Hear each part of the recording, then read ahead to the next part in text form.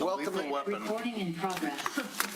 Welcome everybody to Birmingham City Hall, 151 Martin Street, Birmingham, for a special meeting workshop. It is Monday, February 9th. It is 5:31 p.m. And this workshop is to discuss public-private partnership projects. So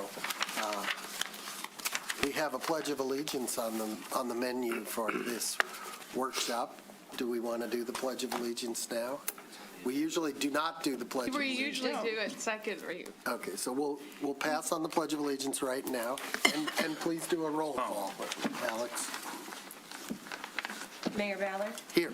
Mayor Pro Tem Long? Here. Commissioner Haig? Here. Commissioner Host? Here. Commissioner Kolb? Here. Commissioner Kozlowski? Here. Commissioner Treeslong? Here. Thank you. We now would like to welcome the representatives of Plant Moran Real Point, correct? Correct. You have nothing, so Nope. why don't you guys come up to the lectern and introduce yourselves to, keep in mind that there are people watching now and will watch in the future on Zoom or YouTube or Vimeo, wherever we. So we're glad to have you, and we're excited to have this discussion. Well, we are very grateful to be here, myself for the second time, and Kristen for the first time this evening. I'm Doug Smith with Plant Moran. Really, my expertise here is in consulting with clients on public-private partnerships. Did that in my prior career before Plant, in private development for a number of years. So obviously, bringing that expertise to bear on you, and tonight, really, our hope is to start to talk about a process that we think will help you in successfully navigating these. To do that tonight, I have brought Kristen Mixon with me, who will introduce herself. Kristen brings a wealth of experience in working on consensus building within organizations. This is largely a consensus building process that we're going to introduce tonight and get your feedback on and make sure we're headed in the right direction. So without further ado, Kristen, please introduce yourself. Thank you, Doug. Thank you all for inviting us here today. I'm really excited to meet you all. I've been with Plant Moran Rail Point for just about 5 years. I've worked on a variety of different projects, from large-scale program management to site readiness work with municipalities and large-scale planning that involve bringing a lot of different people together with different backgrounds to accomplish a common goal. Before I came to Plant Moran Rail Point, I started my career in the military, where I was an Army officer and a Black Hawk helicopter pilot for 8 years.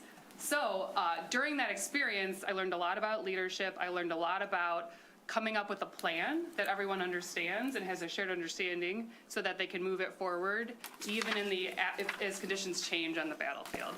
The reason military operations are successful is because everyone's aligned on what the goal is from the beginning, and then we spend a lot of time figuring out what the risks might be in accomplishing that goal and making a plan in case those things end up happening. So we're going to walk through a high-level process today that the city could consider for how they would think about public-private partnerships. And this is really meant to be an iterative process. We've just started this and really looking for feedback so that we can get alignment early and work towards getting alignment on this as we continue to move this project and this process development forward. Any questions for Kristen? I don't think at this point we're thinking of it as a project so much as a process that we would follow for projects. Right. Okay. Yep. Agreed, yeah, 100%. This is Okay. about process. Okay, Yes. good. So let us reintroduce the process that we, in essence, responded to in the RFP. And then really our objective is to show you kind of the first part of a process.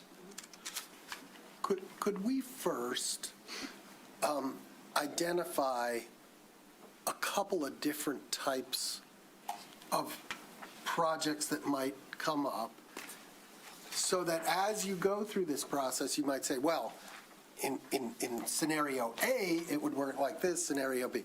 So scenario A is where someone approaches us and they have an idea. as some group approached us and said they'd like to put an event center on the top of one of our parking decks. Another approached us with, it was not super clear, but it was about mixed-use development on the site of one of our parking decks.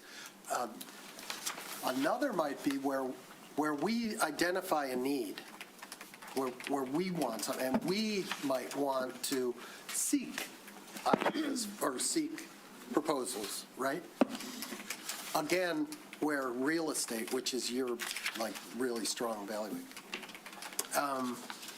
And then I can imagine certain cases where either the real estate's already in place or the real estate isn't that big a deal. So we have a tennis ball at one of our parks, and all we give them is a piece of dirt. Maybe we gave them a pad with concrete, but that's it. And then they did their thing, and it seems to work pretty well for us. So that, I guess, would be in the sort of very minimal real estate involved, but the provision of a significant service to the community, pretty much at no cost to the city. So. And if I may, and as an Yeah. aside to that, if there's, and this is again just brainstorming, this is not like a thought process that we want to necessarily implement, but if we had, say we have golf courses, and say we wanted to do a public-private partnership with, to share the golf courses, but have them, pay part of the costs and what have you, or maybe the ice rink, rather than us operating it on our own, about maybe having a private public partnership with those existing places. Right. Versus, hey, we have this building or plot of land that, we want to do X with, but we don't want to fund the whole thing, and we think it could be a public-private partnership as to a piece of land versus something that's existing. So there's kind of both of those. And correct me if I'm wrong, I think there's many dynamics at work here, but one is for a developer or a business, when you remove land cost, it opens up a lot of opportunity. The other is we always expect to derive public benefit from these. Okay, so sorry. Don't be sorry. That's a great way to frame all this, candidly, as opposed to just talking about it in the abstract. What I'll say is that, the RFP asked for us to respond to what I will call a reactive process at this stage, not a proactive one. But we engage in proactive processes all the time, so I'm glad to meander into that. And the RFP does not prohibit us from asking them to do that, does it? The RFP that went out for, He said the RFP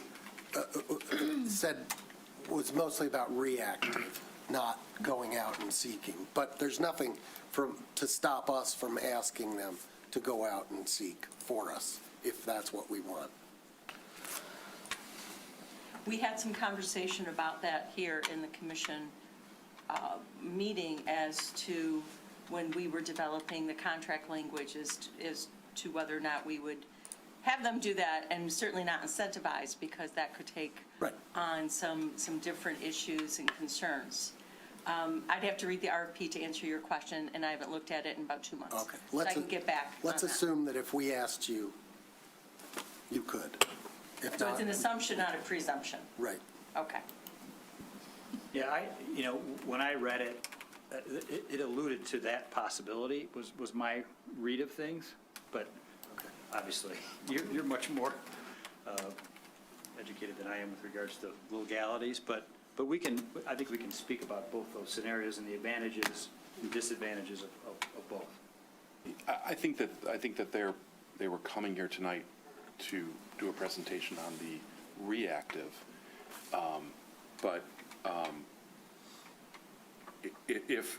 because we've had a few, right, where we've been approached, but I think we also have, and maybe that's a discussion for another time or another RFP or what have you, whatever we need to do, obviously, to stay within the confines. But I think that there might be some interest there too, given some properties that we have that we might want to consider that proactively. Go ahead.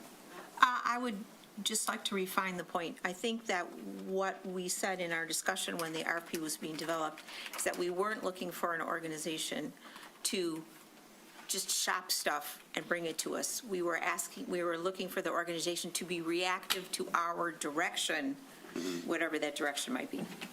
That's a very good way to put That it. is a very good way to put it. Yeah, and I was just going to say, what you're going to hear when they get to this presentation can be used in if somebody brings a project to us, or you say, hey, go find us somebody to do something with Kenning Park. Right.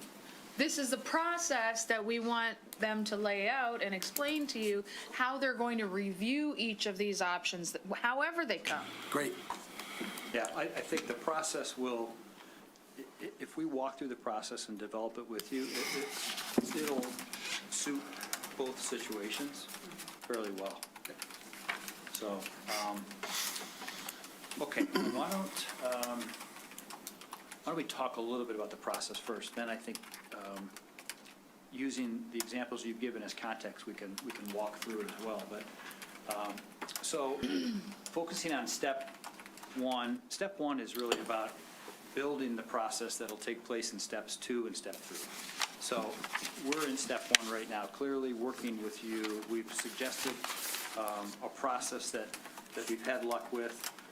We've described it to staff, collaborated with them on some minor changes to it. The process that we've outlined thus far is, I would say, probably 25 or 30% of the entire process. But it summarizes, I think, the general direction. And my hope tonight would be really to convey to you what this process is and have you say thumbs up, you're headed the right direction, keep going down this path to develop this in more detail. But step 2, if you will, the first part of this process would be something comes in and is of some interest, someone's proposed a public-private partnership. This first step is intended to be just an initial measured evaluation of that, something that we can do fairly quick with staff. We'll have specific criteria that we're going to hit. We'll talk about those momentarily. But the idea is that this is something that in 15 to 30 days can be turned around. Staff and PMR can analyze this at a high level, given a minimal amount of information, and say, hey, we think that this is potentially something that should be considered by the city. So that's really the first step here. We'll share the criteria with you, just again to frame this. And the second step would be if we came to you and you said, hey guys, we like this, take it to the next step. That would be step 3. And I'm just calling that really a deeper dive evaluation. So we're starting to, for example, look at, okay, who is this developer? Or who is this operator? What's their history? What do their lenders have to say about them? What do other people that have dealt with them have to say, other municipalities as an example?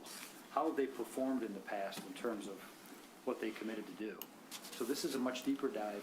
The intention really after step 3 would be to have the city be comfortable agreeing to a letter of intent or a memorandum of understanding that basically bound the two parties to work together towards a formal agreement. So it wouldn't be legally binding typically at all, but it's just an agreement that for a time period, we're going to work with the city's going to work with us. We're not going to shop a property, for example, or shop operating services, for example. We agree to work with one another faithfully to try to come to a formal agreement. That would be part of step 4. Any questions about that? And I'm sorry, step 3, based on our experience, 90 to 180 days. Now, obviously, the type of deal could differ. The hair on it, as an example, the complexity, the size. That can. There also could be stages in there. Could be stages. Where you so- come to us after 30 days and say, this is how far we Right. got. And I just wanted to give you an example, as you asked for. Let's take the applicant that came with us and said, hey, I want to do an event venue on the top of the Chester Street parking deck. What what Mr. Smith is saying is that comes in. Step one that they're setting up is who's going to ask what questions and who's responsible for finding the answers. Step two is what exactly are we going to look for? We're going to do an early, high-level evaluation of the public. Is there public benefit? Is this something that is consistent with our land use policies? Is it consistent with our master plan? Yes or no? If we can throw it out right out of the gate, then we throw it out. If we think, hey, that's kind of like the discussion you had about the Chester Street deck at this meeting, right? You had a high-level discussion, oh, do we even want to do this? We've never thought of this. And then if you wanted to move forward with it, which you did not, you would go to step three, which is the deep dive study into the players, the finances, all of the deep dive evaluation things that they would do. They would work their magic on, and then you would decide if it's something, again, you wanted to move forward with after that stage. So just to give you an example. Just to be clear, though, that it doesn't come to the commission for go, no-go till after the deep dive in number three.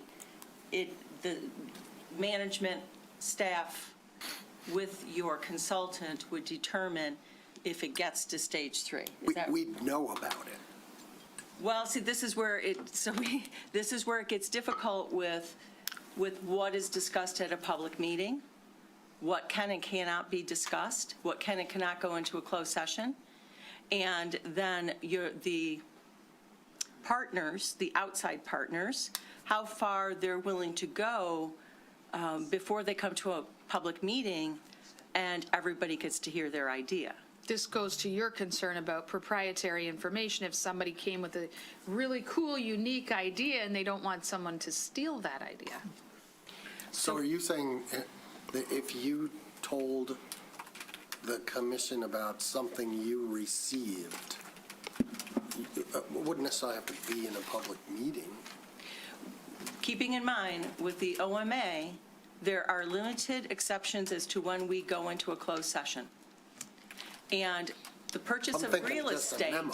the purchase of real estate is one, because there is a disadvantage to discuss negotiation and strategy in public, because you lose the upper hand financially if we were to do that.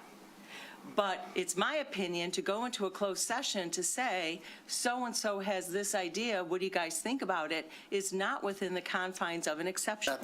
That's not what I was thinking. We're not, you just laid out a situation where it gets to step three before we weigh in.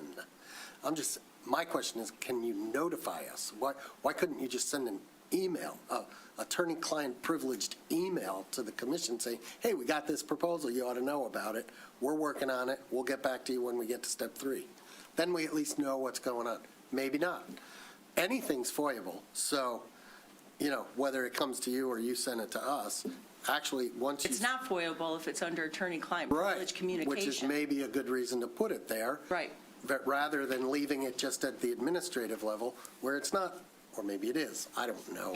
But your point is you'd like to have a heads up that, hey, something came in and you're looking at it. I think so. Is that what you're saying? Yeah. I think we're okay with that. Okay. What we don't want to do is do the big discussion at No, a right. commission meeting. Sure. Because that's why we've hired these experts to do some of that work for us. The other thing that gets ferreted out in step two and going into step three is whether or not it's the type of situation that ought to go out for an RFP so that the city has the advantage of having competition because it's in the best interest of the city, or perhaps not. And then that's where your consultants are going to work with your manager to make those determinations. Can you think of two examples far on either side of the spectrum, one where it would absolutely necessitate an RFP and one where this doesn't work for RFP, we wouldn't even want to do one? I cannot, and I don't want to do that publicly, even if I could. Mayor Pro Tem.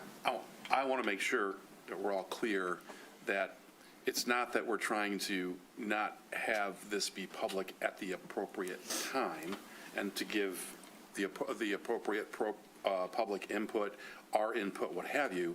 It's merely that at the very beginning, these things aren't going to happen if somebody has an idea and it's going to go out in the public immediately, and that, their idea is going to get stolen, or from the city's perspective, that it's detrimental to the city because we're going to end up paying more because it got out early. So I just want to make sure that there's a distinction there, that at the end of the day, it will become public at the appropriate time if it gets that far.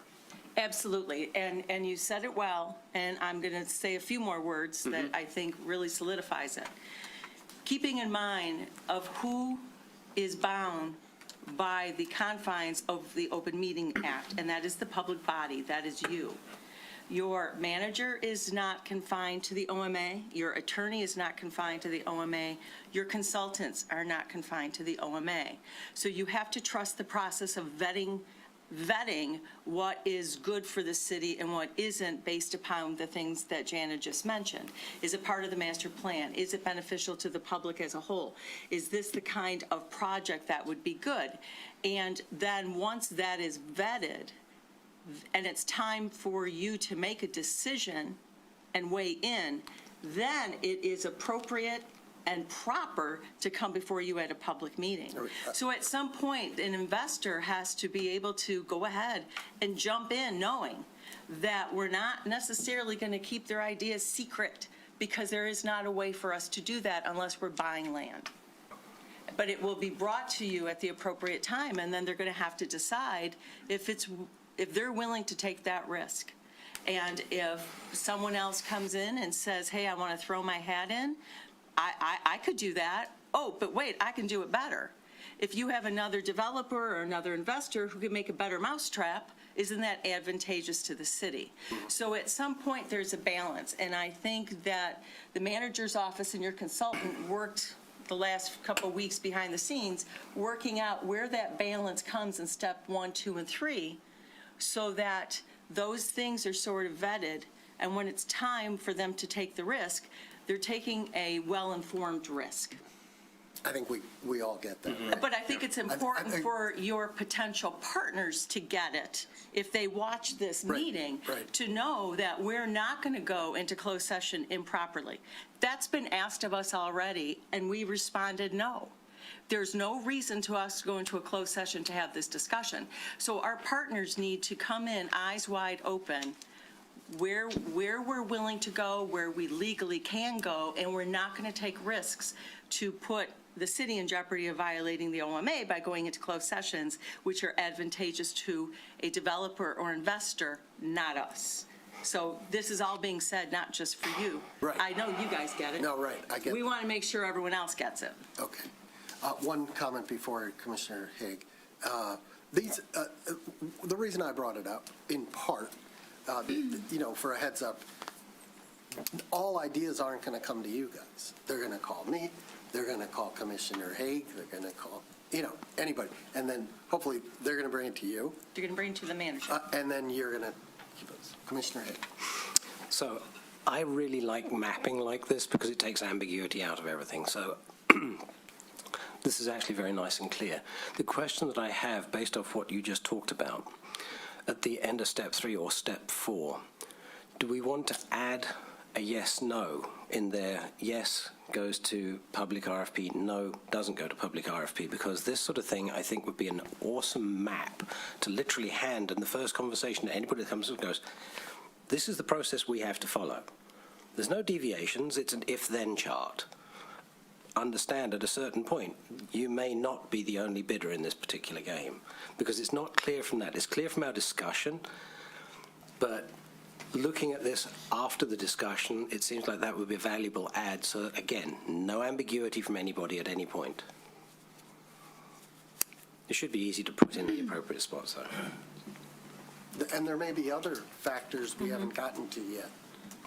You have the floor. Great discussion, by the way, extremely appropriate, and I think, the process is so critical for all the reasons that have been laid out, and getting your agreement and alignment on the process will help the development community largely.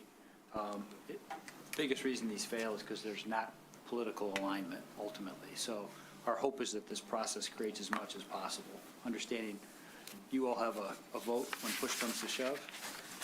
So without further ado, why don't we talk a little bit about step 2, which is that initial measure evaluation that we would foresee.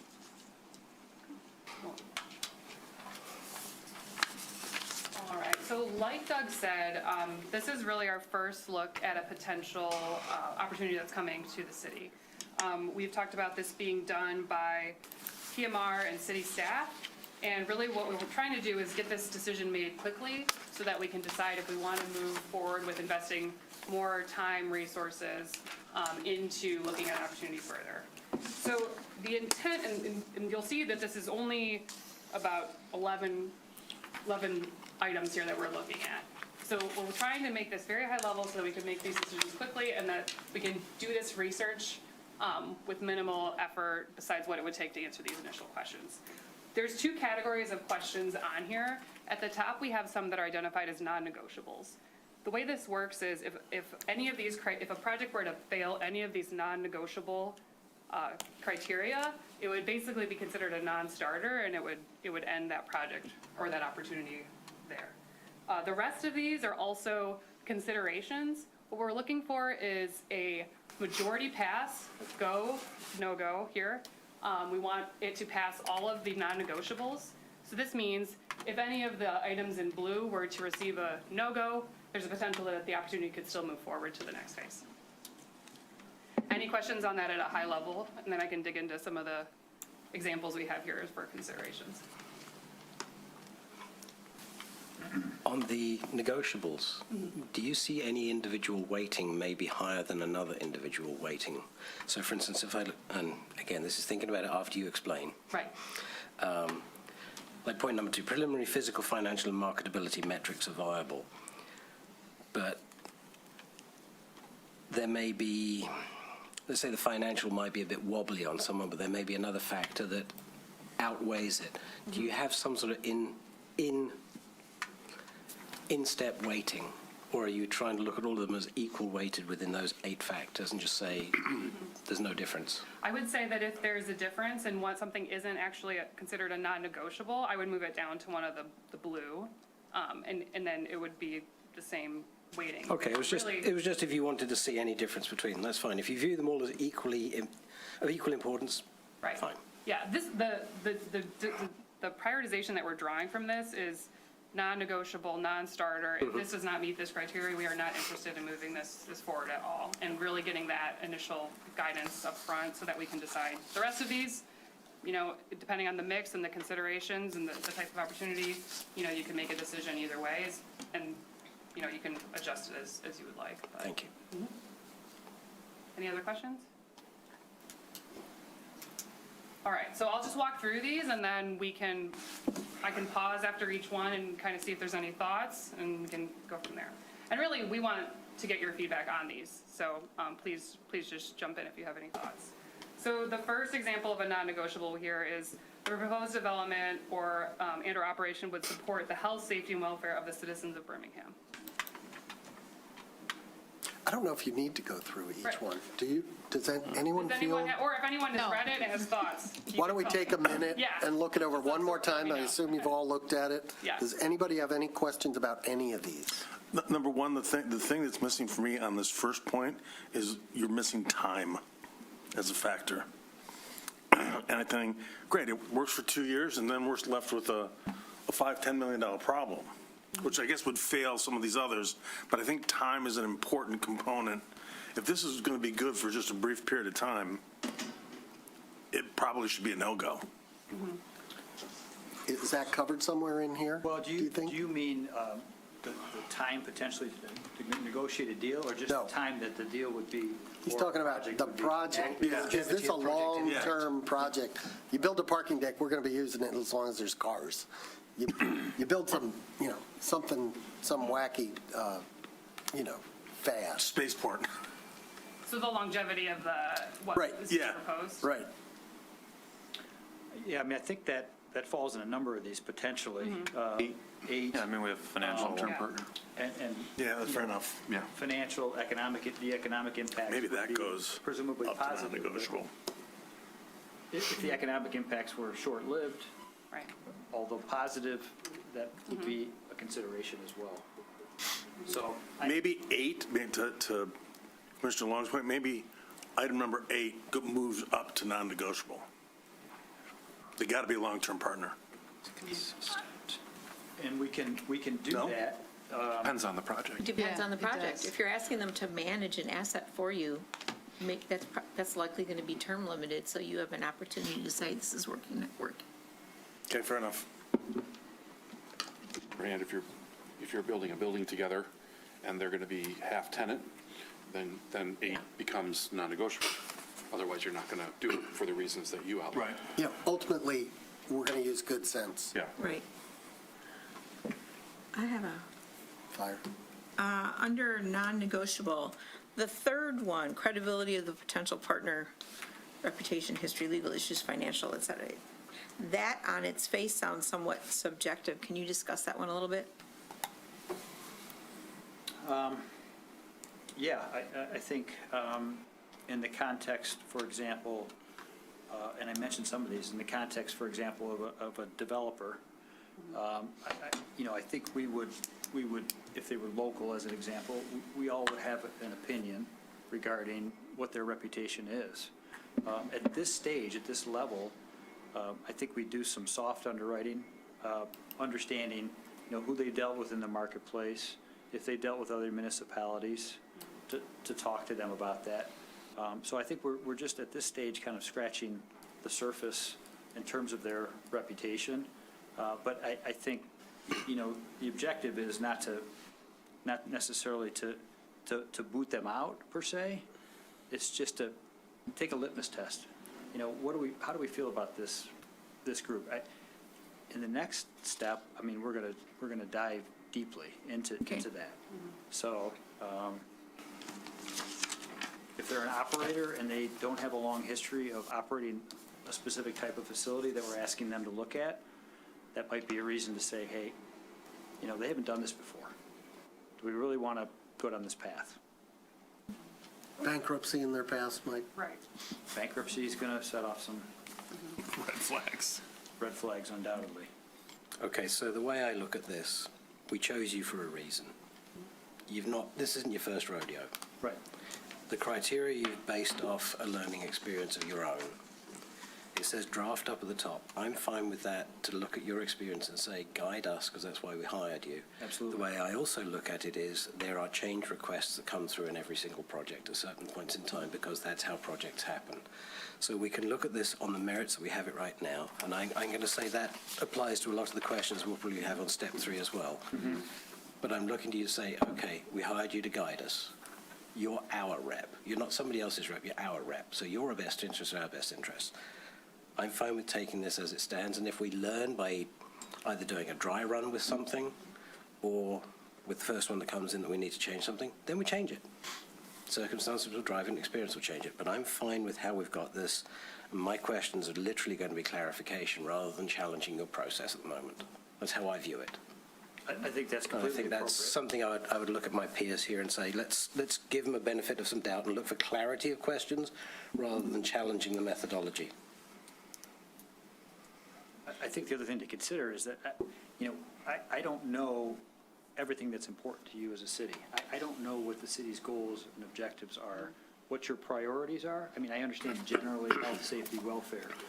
Is it a priority of yours to drive taxes? Is it a priority to drive foot traffic on the streets to support your retailers? Is it a priority of yours to differentiate the city from other surrounding cities so that you drive more population and interest in living here? These are all things to consider and prioritize that can be part of this process. And in many of the communities we work with, or really a lot of not-for-profits that we work with as well that have consensus-making boards and bodies, there's a process that they've already outlined. It's called their mission. Here are our priorities. I work with a lot of religious communities, interestingly. we have to walk them through this process. What are your priorities? Is it raising capital? Is it housing, people that are underhoused in your marketplace, serving the poor? So, we try to set those priorities up for everyone, and I think that needs to be part of this process. So, On the wall, right beside him, for a starter. kind of, yeah. But, So you know, that- here we're talking about a very specific way. So, to the extent that you can guide us or help us, we don't necessarily need you present, but maybe. But, you just mentioned a lot of things that might not have entered our minds up till now. And I think every opportunity is going to have a lot of nuance. Like you talked about an event center on top of the parking deck. Well, there are a lot of issues related to that, like, are you going to change your zoning to allow for additional height throughout the city? What precedent does that set? There's a level of understanding of the structural integrity of that obviously has to be looked at. So, these ratings and rationale are going to take on different meaning depending on what we're looking at. I think, these are broad brush, what we think makes sense based on our experience, but as we get into a certain situation, we're going to have to work with staff and with you to modify these and understand which are more important than others based upon the situation at hand. Yeah. From my perspective, this is how it came about. We had a couple developers, individuals, whatever, that came to the city and made a proposal. Right. One of them was the parking structure. We said, are we interested in exploring? And I think the consensus was, we'd be silly not to, that we have like an obligation to explore it, on behalf of the residents of Birmingham. And number two was, if we're going to do that, we need to have a process, i.e. this. So I think that's where, at least I'm at, and others can correct me if I'm wrong, but that's kind of where we're at. So it was not, we need to drive this, or we need to, Right. What have you. That was not what drove this. And so, and I don't know, maybe if those individuals hadn't come to us, it may not have come to mind, even though it's something that I'm glad that we are exploring.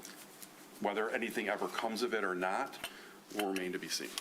I have a little bit more, a broader view of it, and just coming off of the abortive attempt to redevelop the North Old Woodward parking deck, and the feeling that we weren't getting enough out of it, and that we weren't well represented. So, and that piece of property is a prime opportunity for something like this. So, yes, we were brought something, a couple things, and there was a need. Anyway, do you want to go on to step 3? Yeah, I'll just. Unless we're, No, I'll just suggest, in building on something you mentioned later, the proactive versus reactive. The proactive process, for example, you've got an underutilized piece of dirt downtown. Let's just say it's a parking lot that's not getting utilized, as an example, not to use the old Woodward example, because that's got, history. But, the most successful way to approach that would be to sit down and understand what the criteria are for a successful project on that piece of property in your minds, and then to draft the solicitation, the proposal, based upon those success factors, and communicate it to the community that you're reaching out to. That way, they know what you're looking for and what you're not looking for. agreed.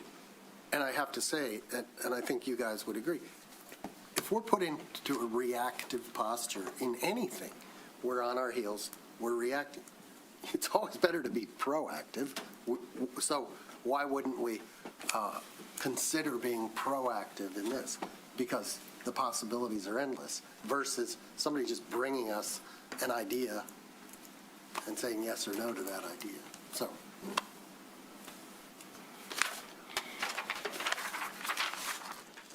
Okay, so obviously open to thoughts, ideas, nuance related to step two. If there's things that you think are important that are not said, let's include them, please.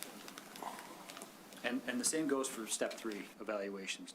This deeper dive, this is just meant to show you a process and our suggestions related to that. These are strong suggestions based on experience, but these things too will change depending on the type of opportunity that we're looking at. So just high level with regards to this, what we did was we took in the first two columns everything that was within the RFP it was very well put together, and we started to try to categorize them into the four buckets that you see named vertically here along the left side of the page: due diligence, risk, economics, and public benefit. So those are the buckets that we look at all these things within. The reason that we bucketed them this way is that underneath this process is a scoring system that relates to each one of these buckets and details under this bucket. For example, the public benefit bucket. It might have, we've listed just one bullet point there: alignment with city goals, objectives, which may include health, safety, welfare. If there are other goals or objectives that we want to enumerate, we can do that. But the process would entail identifying 2, 3, 4 of those things that are scored. You know, in terms of the specific deal that has come in, or the project or the operation that we're looking at, we would look at each of these categories and these criteria underneath them, and we have a scoring system put together that ultimately results in a numeric rating for the project overall. And it's a guide. Ultimately, you have a vote. But it's a guide that provides, I think, a quantitative way of understanding the merits of a potential operation, change, or project. So you might score a 50, you might score a 25, you might score a 90. All of those things, I think, all of those potentialities don't mean go or no-go necessarily. It just gives you, as a commission, a sense as to where this stands based upon the criteria you set together, and it helps you to start focus on, you know, specifically where improvements probably need to be made to get your support ultimately. So it's a starting place. But it really helps to clarify, if you're all on the same page in terms of these criteria, it really is a big step forward, and it's a big step forward for the community at large, or people that would be recipients or dealing with this process, to know, okay, I understand what the city's looking for, largely. I'm not going to come in with something that's way out of bounds. I might have some points that I'm concerned about because of my specific understanding of this operation or this type of development in my experience. That's fine. There are going to be unique situations, so enough said about that. So just want to make sure you understand this is representative of probably a 30% done process. There's a scoring process that goes with this that I think is critical to obtaining political alignment, if you will. What do you think we need as skill sets to be complementary or to also help make some of these decisions? Because you're going to bring a certain set of skills, opinions, and views. Like the 7 of us, we have a fairly wide range of experiences, but we don't cover everything. We're certainly not experts in everything. We have to try and make judgments based on what's presented to us. Similarly for city staff, wide range of skill sets, but don't cover absolutely everything in the appropriate way. Would you be able to help us identify where we have weaknesses that we could improve upon in the decision-making process for some of these sorts of potential projects that come to us? Because everybody's blind to them. Everybody's blind to their own mistakes. We don't see our own mistakes. We need somebody else to say, hey, why did you do this? The peer checks. Yeah. Is there something where within a process you could say to us, okay, we need these particular skill sets to be stronger within the city as far as managing the evaluation process as it comes to us? I think I think we're going to bring all those skill sets. It's our job to educate you regarding those. I think these projects, you have a number of different risks, right? Construction risk, financial risk, market risk, and then I think, I'll call it political risk. It's can you get your stakeholders behind you? Can you as a board get aligned? So I think you have those 4 risks you're dealing with. The one you have the most control over is the political piece. It's working together, identifying the criteria that are important to you for decision-making. You don't have to have unanimity, obviously, to make a decision, but it helps to have alignment for many reasons. The construction, market, financial, due diligence risk, we understand all of those parts and pieces. We can help with your staff to mitigate all of those and educate you as to why they're so critical. So if someone brings in a deal and we understand, look, this deal doesn't make sense from a financial perspective for the developer. They're not making enough money on this. Something's wrong. That's a crazy example, but, or you're not getting enough public benefit out. We think we can bring benchmarks to the table to show you, why this is potentially askew and what the risks are associated with that. That's just an example. My question may have actually accidentally jumped forward into the execution phase, where let's assume something's been chosen, where you would say, we recommend that you have these particular skill sets or strengths involved with the project, and we can evaluate your staff to see if they actually do have the correct skills for this particular project, because, like I said, everybody's got different strengths and weaknesses, and we don't necessarily cover everything. Maybe I took it 2 steps further than this right now, so we'll reserve that for the next phase. But suffice it to say, we will have the skills necessary when the time comes. I think we will. And this is why we hired Plant This is why Moran, we hired because you. they have the skills to do this. I have a question. When you look at this high level, just from a high level view, is there anything about Birmingham that puts us in a better position maybe than some other communities? Are there any types of projects that you envision, that you guys, when you drive home, maybe you're driving back together, you're like brainstorming stuff that you could do in Birmingham? What goes through your mind when you think about the opportunities here? Well, I think, Birmingham's very unique, obviously, and I'm not saying that to give you all a pat in the back. We know that. Yeah. We're all the beneficiary of the city in many respects. But I think what's so unique about Birmingham is its economic stability and its ability to command very high dollar amounts for rents, its ability to continue to attract people downtown. So I think a lot of the other communities we work with really struggle on that front to attract potential interest. And so they're having to, in many cases, incentivize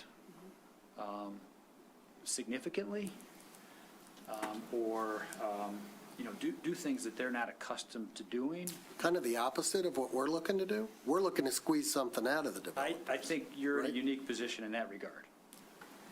Not to suggest that, there doesn't need to be some give and take depending on what the project is. But, you're a natural draw. Properties here are institutional quality, institutional value, long-term value. Think of it like an investment that you would make in a stock or bond, something you want to put away, and over time, it's going to be positive. There's a level of risk that's different in investing in Birmingham. There's probably a level of return that's a little bit different. It's maybe longer term, maybe more expensive to do it initially, but longer term. So I think that's unique. So either if we were going to be proactive, or let's say alternatively, we had a flood of proposals in front of us, and we had to sort through them using some criteria, probably the same criteria we would use in being proactive, right? Yes, same criteria. I feel like we got to work on that, right? Is that something they're going to help us with? Or is that That's something we exactly got to what do we're talking ourselves? about. No, that's exactly what Okay, we're well, then talking we got to start talking about what are our needs? What are we looking for? And how can some of these, how could a partnership help that? Do you want a Okay. brainstorming session right now? I see what you're saying. Yeah. It's like a whole No, lead I gen think- program. No, I think what we're talking about tonight is how to set up a process to evaluate these ideas. I get What that. you're taking I'm is going. different. I'm moving forward. It's separate, it's different, but can we all agree on this? Oh, I think we That do. all of these things are, That's correct. yeah. There- I mean, we could have come in and said, does everybody agree with this? And we would have said yes and moved on. okay, well, we didn't hear that, so everybody agrees with that? Should we confirm that? Roll call.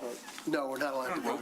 You know, no votes. We can't vote, but does anybody here have any problems with this? So everybody is fairly comfortable with this process that they've outlined, and Well, is there an alternative? I mean, it seems Well, you very can- professional, very well thought out. I don't see any alternatives. I would like here. a little discussion on steps 4 and 5.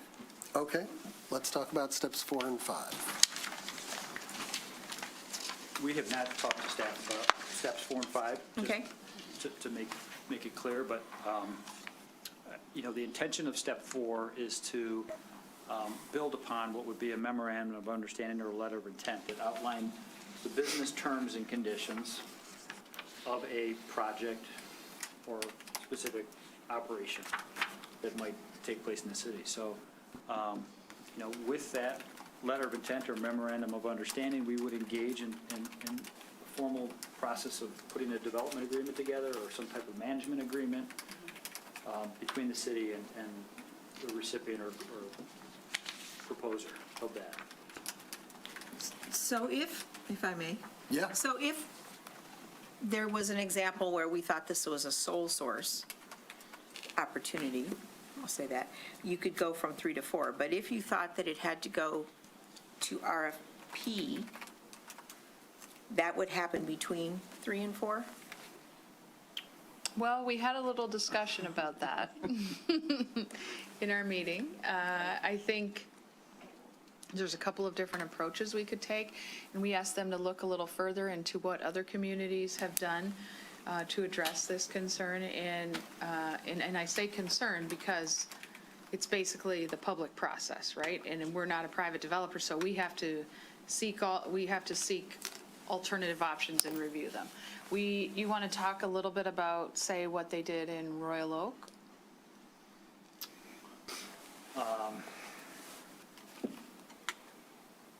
Yeah, I mean, was not a party to that. I know Todd spoke to that. Oh, okay. So I want to be careful, but I think, and Jan, if you recall the details, please articulate them, but that was a situation where they had gotten fairly far down the path and was a very unique set of circumstances and opportunity that really only Ron Bogie could deliver based upon what had been developed thus far.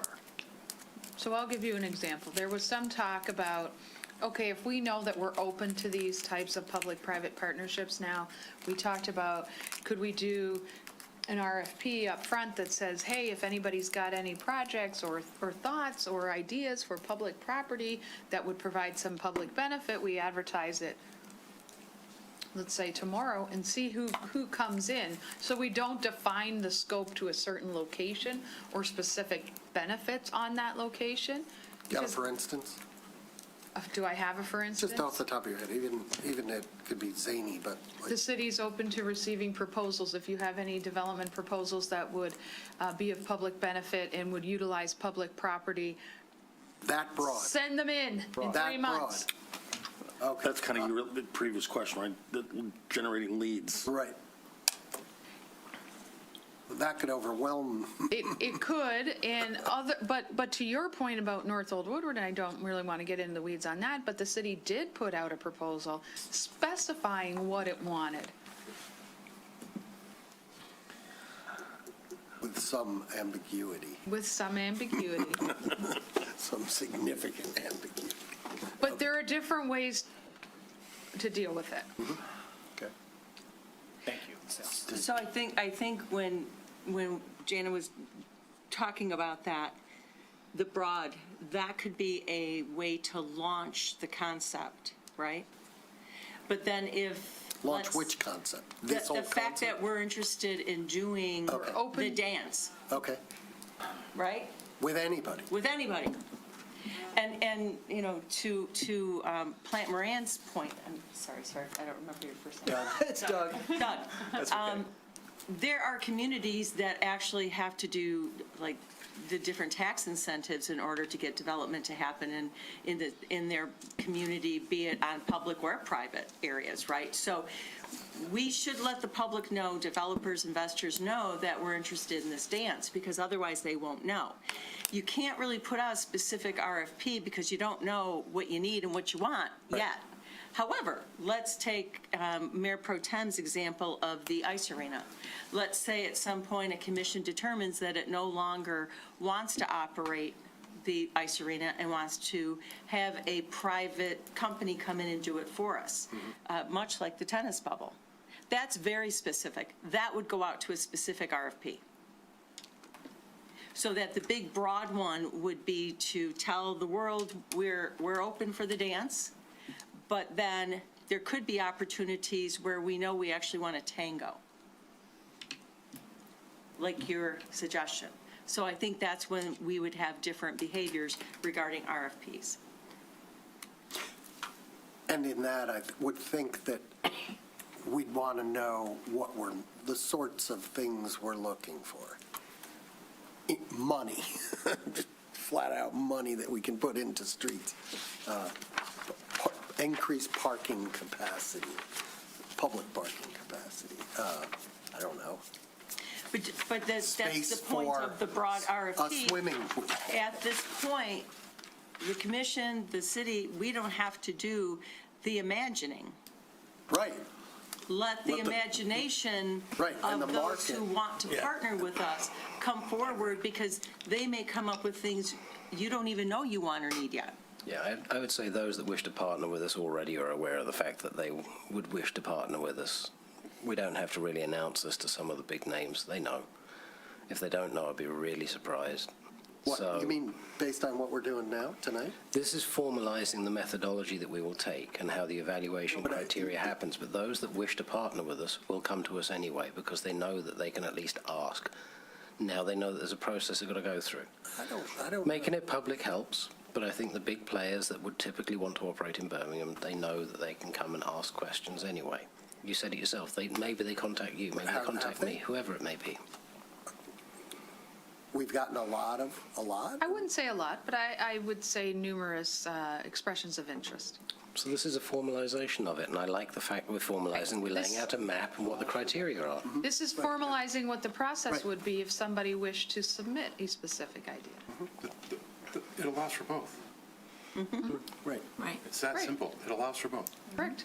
And if we get a month or 2 years down the line and we have a certain piece of land or a certain project and we're like, we could put that out and say, we're thinking of doing this with this. Anybody who's interested, come to us. There might be others that say, we're thinking of doing this. And we're like, wow, we never thought of that. We never thought of that. And you never thought of that. And so this allows for both.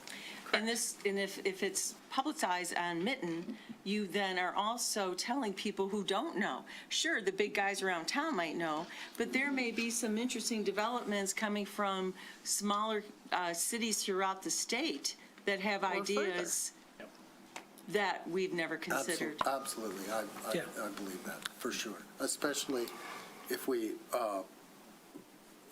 gave some specificity to the Then- types of properties we're talking Right. about. Perhaps We to- have 3 parking decks that are over 50 years old, right? That we're either going to put a bunch of money into, or, who knows, maybe somebody's got some ideas. We, That's really specific and, That's important to identify. yeah.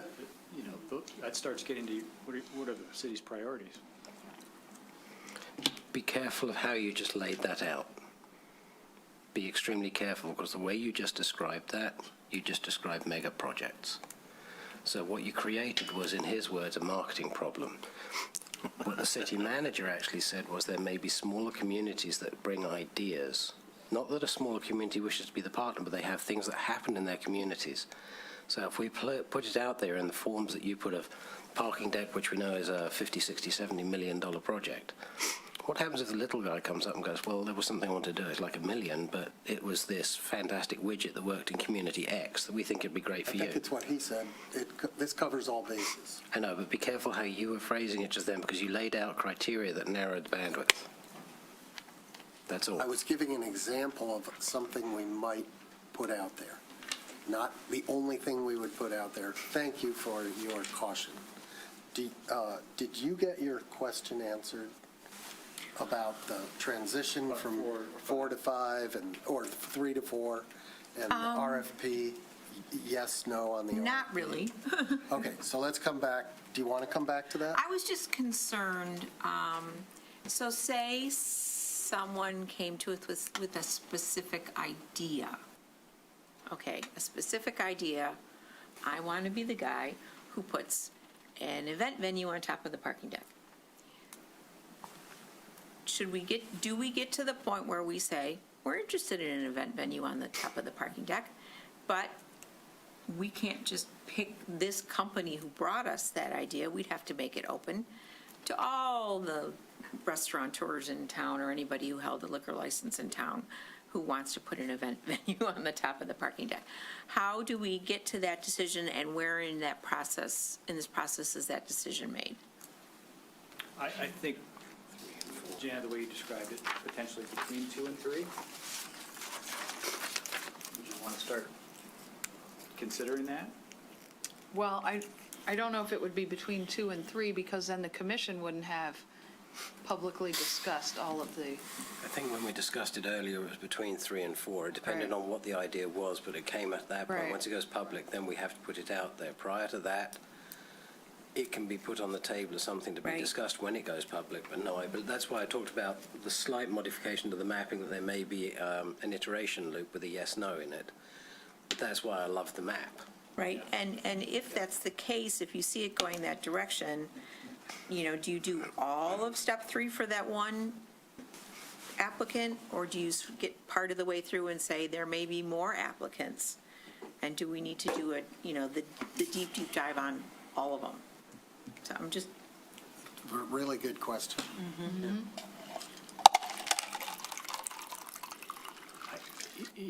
I think there are some legalities obviously involved in this, but, in my opinion, something like that really requires an RFP process. It's relatively, it's not generic per se, but it's a recognized potential opportunity. And I think you probably would go into a public process, and I think that would be decided,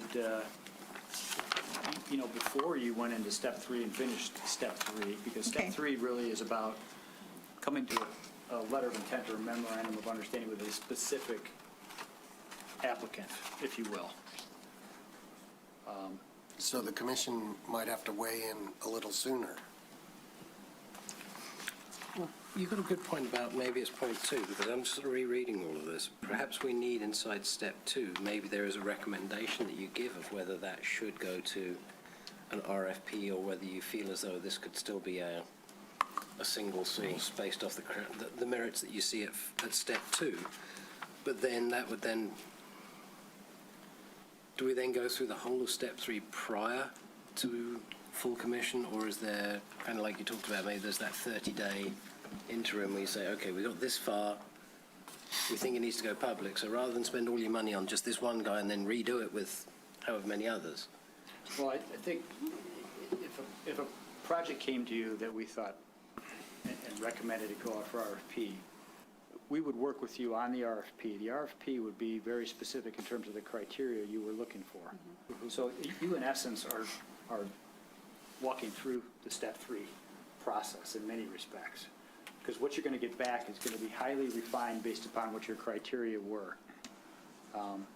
And when those come in, then you would measure them against your criteria, and you'd have, say, 4 or 5 different projects to measure, all an event center on top of the deck, and weigh the merits of those against your criteria, see which one scored the highest, engage in a letter of intent with them, potentially, to see if you can get that far, and still in step 3, you agree on a letter of intent with a specific project or a specific developer, and then you move to step 4. So there's a lot going on potentially in step 3, but I do think there needs to be if there's going to be an RFP process, it needs to take place before really you get into step 3. Step 3 should be vetting the RFPs in accordance with the criteria Okay. that you developed. If I may suggest where it would go, to Commissioner Haig's point, is after our consultant does their formal evaluation report and recommendation, part of the evaluation report and recommendation is to the manager to say, let's talk about this. We see this as an opportunity that this should go out to RFP.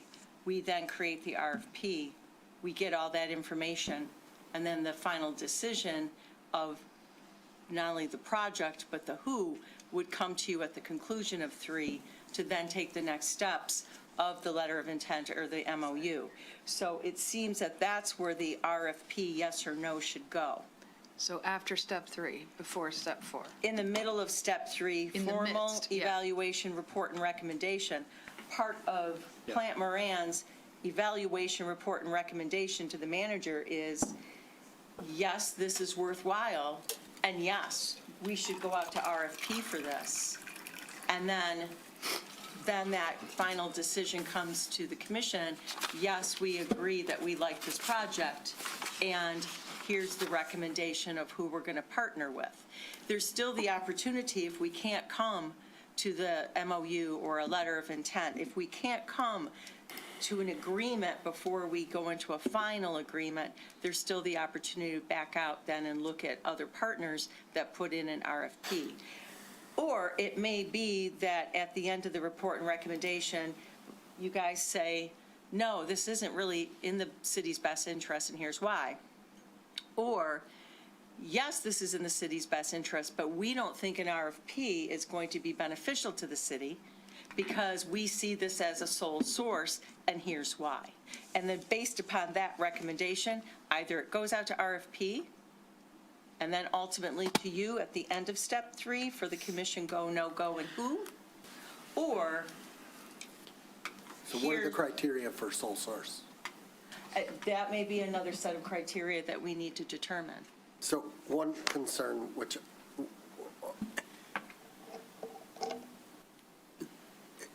coming up with an idea and presenting to us is costly, right? If you do an RFP, everybody's gonna have the same costs involved, whatever, But I can imagine some ideas having a lot more work involved to get to the point that they would even bring them to us, right? An elaborate development where market studies and all sorts of, work is involved before they ever bring it to us. And if they think that we're just going to go out to RFP, are they going to bother?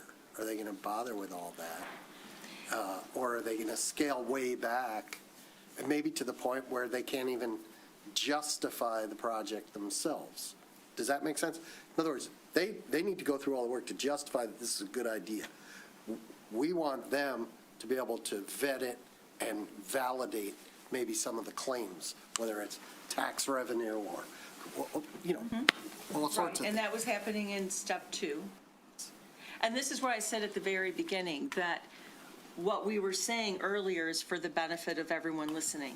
Yeah. There needs to be an understanding and the understanding of risk involved for a developer investor to understand of how far do they want to go? How much money do they want to put into it? They want to get through step 2 for sure, right? But if it's a situation where it's going to go to RFP or it's going to come out in the public, so they're taking a risk, they need to know that and be aware and then take their calculated risks. There also needs to be good communication between the people who are coming up with ideas and the manager and the consultant, so that everyone goes into everything eyes wide open. Who's going to be responsible for that communication?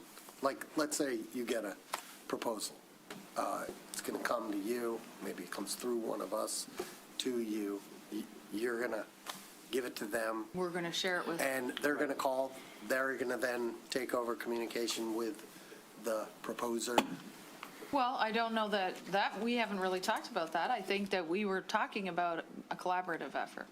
Yeah, I think so. That makes And I sense. think who communicates directly with a proposer, we would typically play that role, but obviously, communicate with you regularly. I mean, you have your day-to-day job to do. We're chasing down references and construction costs and rates of return. But we would stay in close collaboration and communication with you. And then obviously we need legal counsel to weigh in on what we're trying to navigate here as well. And so that'll be important. Mayor Pro Tem. What you're describing is part of the process of doing a partnership with a public organization.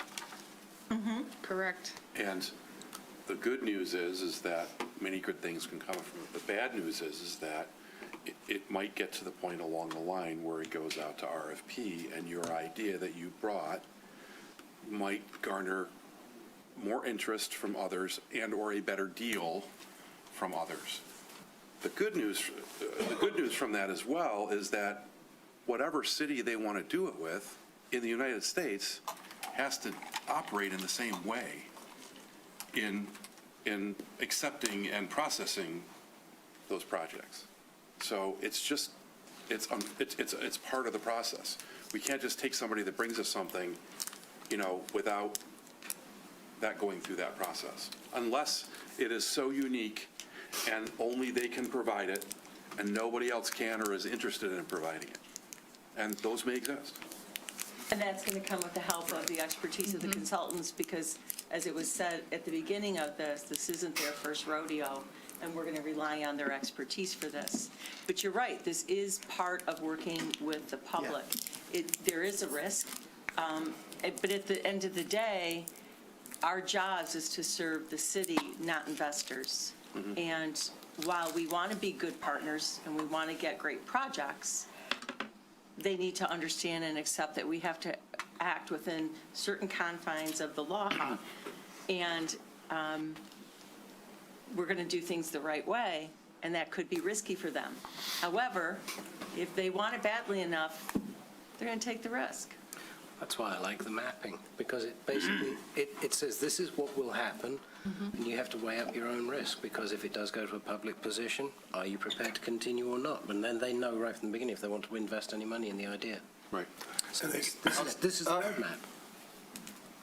Got to get control. I want to open it up to public comment. If the public comments and there's still time for us to talk, we can continue our discussion after that. So if you're online and you'd like to comment, use the raise your hand function, and we'll call on you. Otherwise, Mr. David Bloom, residence Birmingham. David Bloom, resident of Birmingham. Good evening, everybody. I'm glad that we're doing this. There's a lot to be discussed. I'm looking at this and thinking that the city might want to try and use the bistro approach for this, where someone had to apply, and then the city said that they would give 2 bistro licenses a year, and it would go through some kind of vetting. And I'm thinking that there may be 2 different types of applications that someone approaching the city could go through. One would be they check a box and it's public and it gets fast-tracked and comes before you, and you can say, you can have regular meetings, or like maybe once every 2-3 months. You can go through the applications and say, yes, I'd like to work on that. If the person approaching the city wants to keep things under wraps and private, well, maybe that's a separate application. They check the box, it goes through attorney-client privilege communication. You guys have to figure out how that works out so you're not violating the Open Meetings Act, and that takes its own course. because one of the concerns I have is Birmingham is a desirable place. This gets in the papers or out in the media, whatever, that the city is open to this, and Plant Moran could have 10 years of work piled upon them, and we have to pay their salaries and their rates to go through all that. So I would think that the commission might want to keep a rein on that and kind of channel where we want to put our money, time, and resources in investigating things. So that's the first thing. The second thing is, and I don't know how aware Plant Moran is, and our mayor talked about parking decks. We have a serious parking deck problem in this city. We barely have enough parking for the development that we have. We don't have more parking for new large development.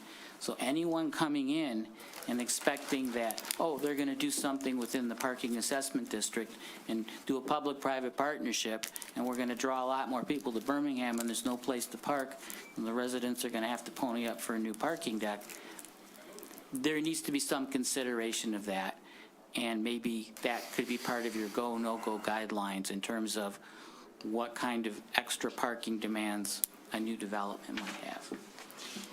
There's a letter, moving on from this meeting, there is a letter in the packet tonight for the next meeting from Ms. Barrett talking about the obligations of boards on nonprofits to be fiduciaries. And I suspect, but I don't know, that there may have been financial mismanagement at the community house by the people running it. And I would also suspect that the board may not have been doing their job as fiduciaries to make sure that that stuff wasn't going on. So, and now the city's left holding the bag if the community house has to be sold. You're going to come around to public-private partnerships? Yes, yes, I am. Okay.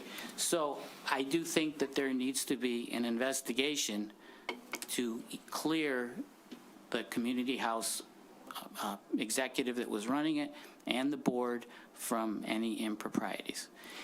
And I would also suggest that there may be an opportunity through a public-private partnership to get the community house and the city out of this bind. The property is a $7 million property. If it's sold to another nonprofit, the property's still there.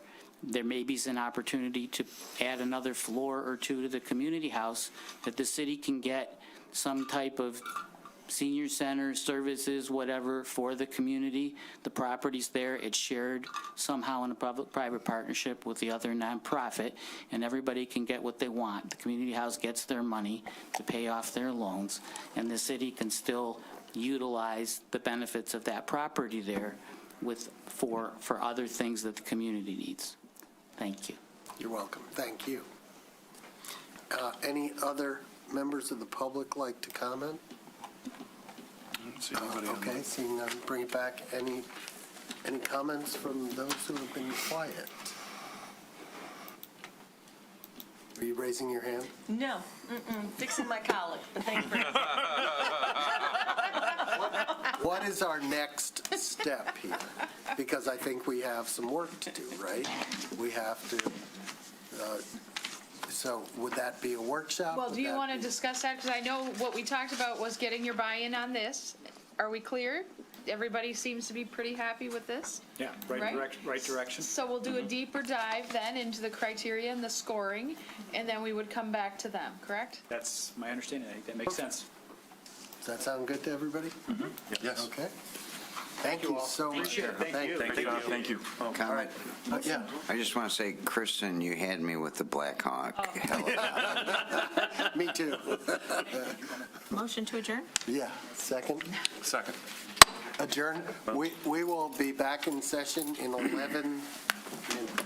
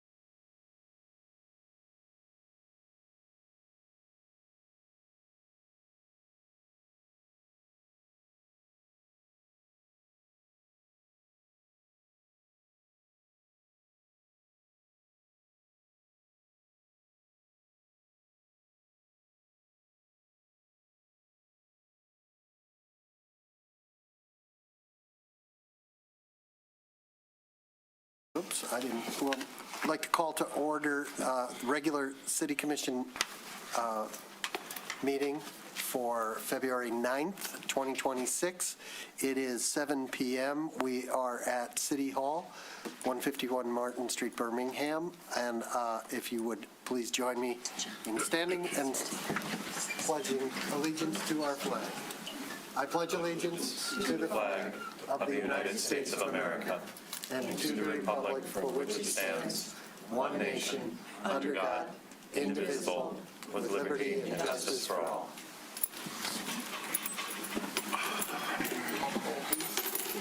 Mayor Ballard, Here. Mayor Pro Tem Long, Here. Commissioner Haig, Here. Commissioner Host, Here. Commissioner Kolb, Here. Commissioner Kozlowski, Here. Commissioner Treeslong. Here.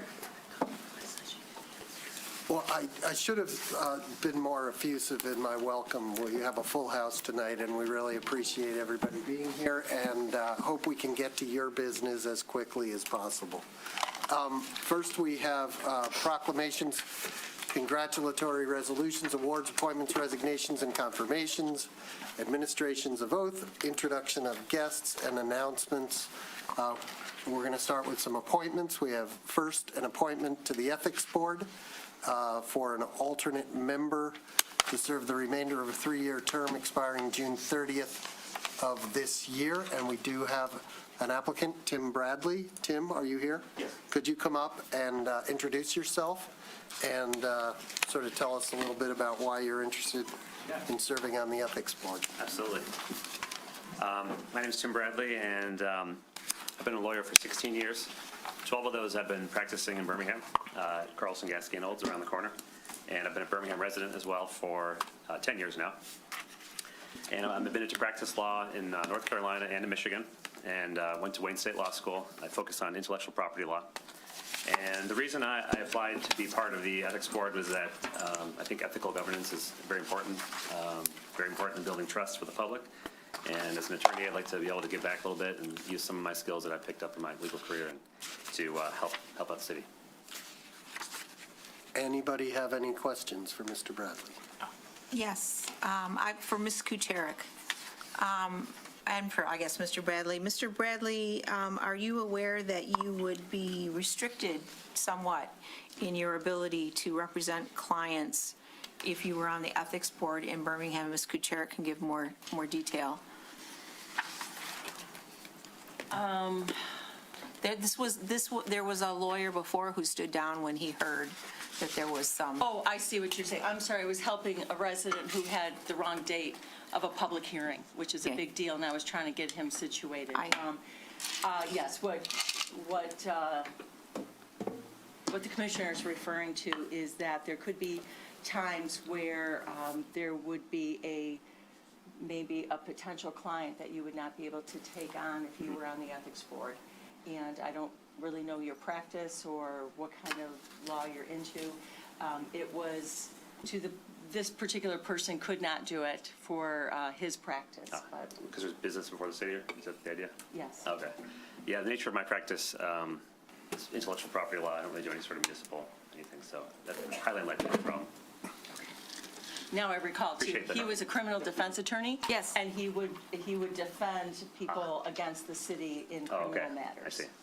Thanks for the heads up, though. I appreciate that. And may I add, it's not just you, but it's members of your firm as well.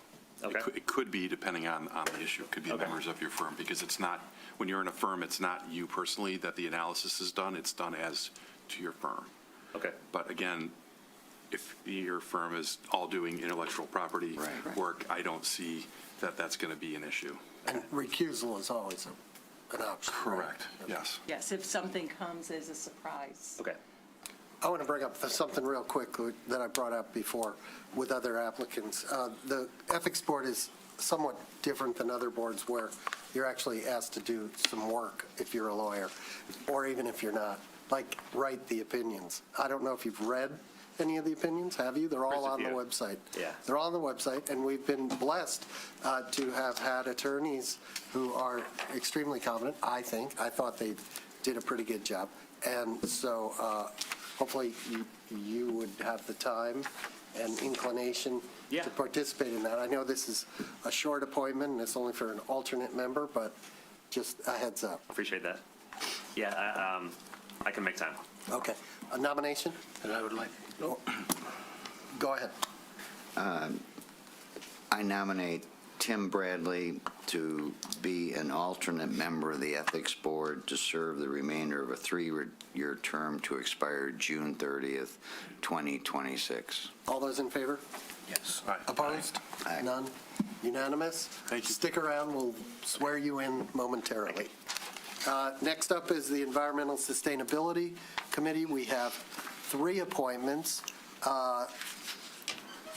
regular, alternate. So we have 2 regular members whose terms will expire February 1st, 2029, and 1 alternate member, same expiration. The 3 applicants are Trenton Chapman, Guy Simons, and Sarah Rubino. So is Trenton present? Come on up, Trenton. Come on down. Right, yes.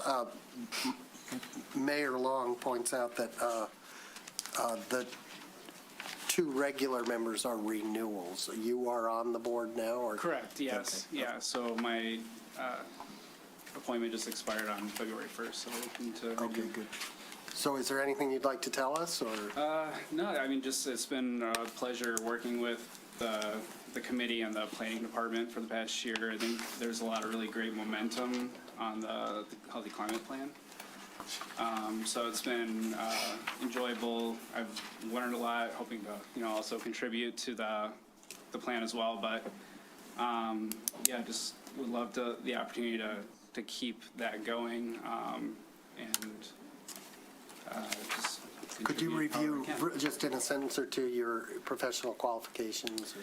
Sure, I have a Bachelor's of Arts from Arizona State University in Sustainability. And then I own a small business as well, so that's kind of the angle I try to bring to it, trying to relate to the viewpoint of a small business owner in Birmingham and how the plan could correlate with what they're doing, but also as a resident as well. Thank you. We will hold off on the nominations and hear from Mr. Simons. Is Mr. Simons present? Hello, Mr. Simons. Come on down. Okay.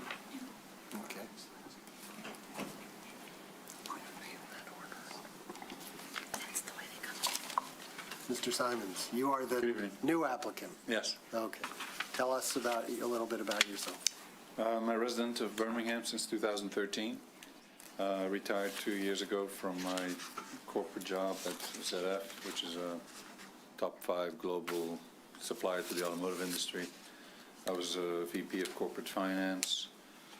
Some of my responsibilities included areas that touched with sustainability. I was responsible for insurance, global insurance. Worked with the environmental health safety team. Also risk management, financial risk management, due diligence on acquisitions. Often environmental risk or environmental reviews were part of that review. So I'm not an engineer. So my angle is definitely financial, and sustainability is often thought of as just ecology, but financial sustainability is often an important factor to consider. We'd like to do this, but can we do this, and how long could we keep doing this? People's patience runs out when the money keeps going out, right? So that's my angle for sure, but I'm personally certainly trying to do what I can to make my living more sustainable. My daughter is a sustainability analyst, she works in Europe, so no conflict of interest there. But so mostly as a personal interest and concern, want to contribute to the city operations in this manner. Thank you. Any questions for Mr. Simons? I'm really pleased I'm not the only one that thought about economic sustainability as well, so thank you for bringing it up. I appreciate that a lot. Would you like to nominate him? No. We have to interview all 3 first. One interview. Oh, Oh, we're not taking nominations. That's right. I'm We're gonna sorry. wait. I'm out of order. Thank you very much. Stick around. We'll nominate you momentarily. And Sarah Rubino. Are you here, Sarah? Sarah's not here, but Sarah does serve. She is a reappointment, Yep. and It's online? No. I don't know, I was checking. I don't see her online, but I remember when she came in last time. Okay, so we have two reappointments, I assume. Well, I'll take nominations. Let's just do it. Yes, please. I'd like to make a motion to nominate Sarah Rubino as a regular member to the Environmental Sustainability Committee to serve a 3-year term to expire on February 1st, 2029. All those in favor? Aye. Opposed? None. Can I, Please. I'd like to nominate Trenton Chapman as regular member to the Environmental Sustainability Committee to serve a 3-year term to expire February 1st, 2020. All those in favor? Aye. Opposed? None. One more? Yes. I'd like to nominate Mr. Guy Simons as the alternate member to the Environmental Sustainability Committee to serve a 3-year term to expire February 1st, 2029, and take care of our finances. All those in favor? Aye. Opposed? None. Everybody's unanimous. Stick around, we'll swear you in momentarily. Next, we have an appointment to the Board of Zoning Appeals, an alternate member to serve a 3-year term expiring February 18, 2029. Susan Shackett, are you present, Susan? Susan is not present. You know, Is a but she reappointment. resigned from another board just so she could do this, and she was with us when we suggested that she resign and then take on this. And this is a reappointment? Yes. Okay. I'm happy to entertain a nomination. I'd like to make a motion to appoint Susan Shackett as an alternate member to the Board of Zoning Appeals to serve a 3-year term to expire February 18th, 2029. All those in favor? Aye. Opposed? None. Great. Susan, stick around. Next, we have the Wayfinding and Branding Committee, where we concur with the city manager's appointment. Is this now a standing committee? It is. So why are we concurring versus nominating? Well, it's just, it was created by resolution, so it was created a little differently than some of our other boards, which are in the codes and ordinance. Okay. And how do you want to do this? Do we want to read every one or concur? It's up to you. You can concur with all of them if you want. I mean, it's basically the same committee that we've had now for, Right. Well, there's 3 different terms. There's 9 appointments. Right, 'cause we need to get City attorney, staggered what do we terms. need to do here? What's the most expeditious way to handle I this? think the city manager can simply say that she's going to appoint so-and-so for this term, so-and-so, and at the end, take the vote to concur. Fire away. okay then. I intend to appoint Nick Dupuy as a regular member, Doug Feehan as a regular member, and myself as a regular member with 3-year term to expire January 22nd, 2029. I intend to appoint Aaron Ford, the parking manager, for a 2-year term. Well, I'll keep going. Also, Marianne Gamboa, our communications specialist, and Sarvi Lapari, who is the secretary of the Board, Birmingham Shopping District. All 3 of those for a 2-year term to expire January 22nd, 2028. And then I intend to appoint Erica Bassett, the executive director of the BSD, Annie Van Gelderen, who is on the Public Arts Board, and Scott Zelinski of the DPS for a 1-year term to expire January 22nd, 2027. Can I get a motion to concur? Motion to concur? Second? Okay. All those in favor? Aye. Opposed? None. Congratulations. We're going to have a crowd up here. Come on up, and Ms. Bingham will swear you in.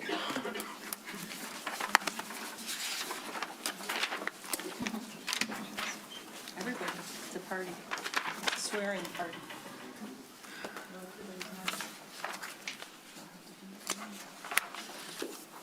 Raise your right hand and you'll say, "I do" after me. I do solemnly swear or affirm that I will support the Constitution of the United States of America and the Constitution of this state, and endeavor to secure and maintain an honest and efficient administration of the affairs of Birmingham, free from partisan distinction or control, and to perform the duties of office of Ethics Board, Environmental Sustainability Committee, Wayfinding and Branding Committee, Board of Zoning Appeals, according to the best of my ability. I do. Okay. You guys are all gonna line up, sign and print. I'll do the rest of the filling in.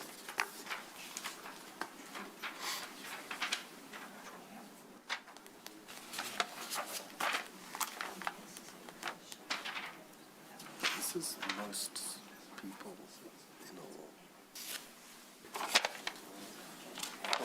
a We kind of did just appoint a whole party. Thank you. Take care. Thank you. Congratulations. We should put them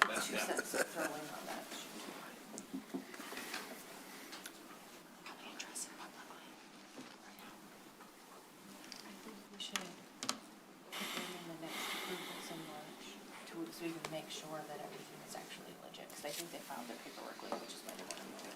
Thank you. We're gonna put you on the second round.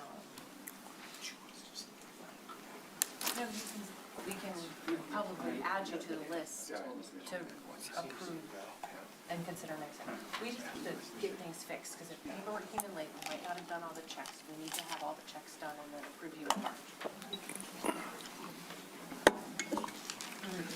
I'm thinking late paperwork is the issue.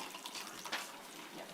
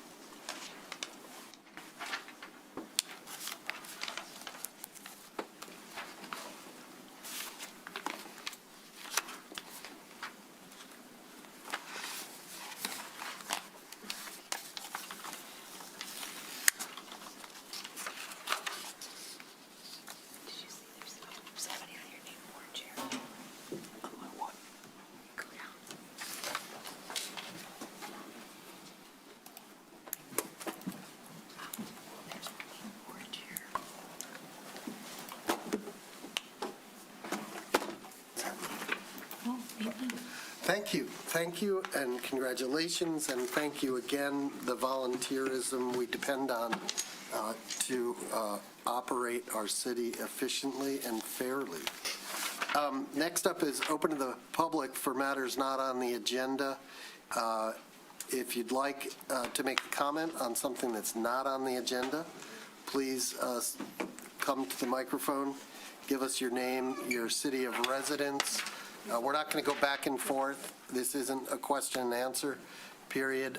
We're happy to take all public comment. If there's a case where there's a whole lot of people, we might limit you. It doesn't appear there is, but I think you will. So, Ready? yes, please. Mike Clift, Oakland Avenue, Birmingham.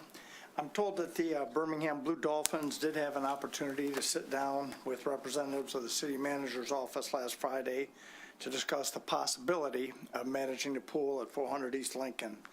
While that meeting was preliminary in nature, it's my understanding that it went well enough to anticipate future meetings on that same topic. That's good news to the citizens of Birmingham that would like to see the city retain a fully operational community swimming pool. We are hopeful that a mutually acceptable business arrangement along these lines can be crafted to make continued operation of the pool possible. This will likely involve some level of future investment on the part of the city, and I trust that BBD will earn that support from the city by committing to some reasonable level of access to the public on a membership or day use fee basis.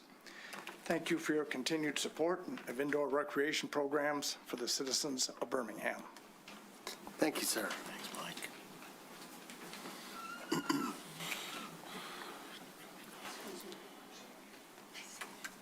My name is Michelle Arita. I live at 450 Oak, Unit 201. I received a letter on January 16th that said there would be a public hearing on the necessity to form a special assessment district, yet it is not on the agenda. And I know you're not answering questions, but I do have a question in my mind as to why was I notified of this? And is the decision going to be held or City decided manager some other can- time? I think the city It's manager, in the Little San Francisco neighborhood. No, this is Oak Avenue, which is a disaster, West of Old Oh, Woodward. west of Old Woodward. okay. we set a public hearing for our next meeting, which Yeah. is. Well, let me tell you what this says. It's going to be held on February 9th. If it's determined that there should be one, then there's going to be a hearing on the 23rd, and then something else on March 9th. And so we're left with really no information except for what's in this letter, which is quite disturbing. Okay, I think there are two meetings coming up. One is a meeting with the city engineer, which is a residents meeting, and I believe that was the 12th, was it not? I think it was last. No. No. No, It it would be- is scheduled for February 12th from That's coming up. 5:30 to 6:30. Right. But And that is the first meeting. Actually, at our last meeting, we merely set a public hearing. So we didn't have a public hearing, we set a public hearing for the 23rd. Is that right? Our next meeting. Let me check the minutes. Whenever our next meeting is. I do have a question, and I know it's going to be rhetorical because you're not going to answer anything, but when are we going to get down to the city resident price split? Because that has to be addressed, especially for Oak Avenue. I absolutely agree with you. Thank you. You're welcome. So, you agree with me that it's rhetorical, or you agree with me that Oak Avenue? We need to talk, that we will be talking about that. At what meeting? The public hearing of necessity, you're correct, was scheduled at the last meeting for February 23rd Right. at 7 PM. And then if necessity was determined on that date, the next meeting would be the confirmation of the rule on March 9th. Right. And so today doesn't apply? Nothing So the tonight. notice we got the notice we got from February 9th, but everything else is pretty well organized, right? Could you give a copy of that notice to the city manager, what you please? got. I think it's the same thing that that gentleman was showing me on his phone. Yeah. I understand. Yeah, That's not a no, big issue. that is, What it says. that is what it says, yeah.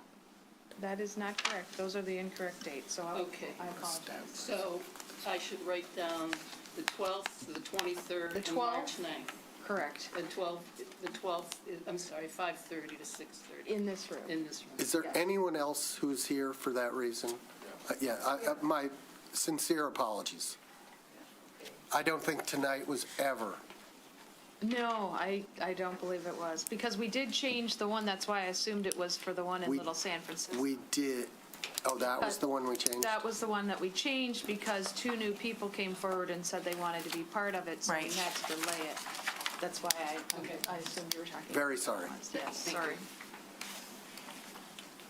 Anyone else? Public comment? If you're online, please use raise your hand function.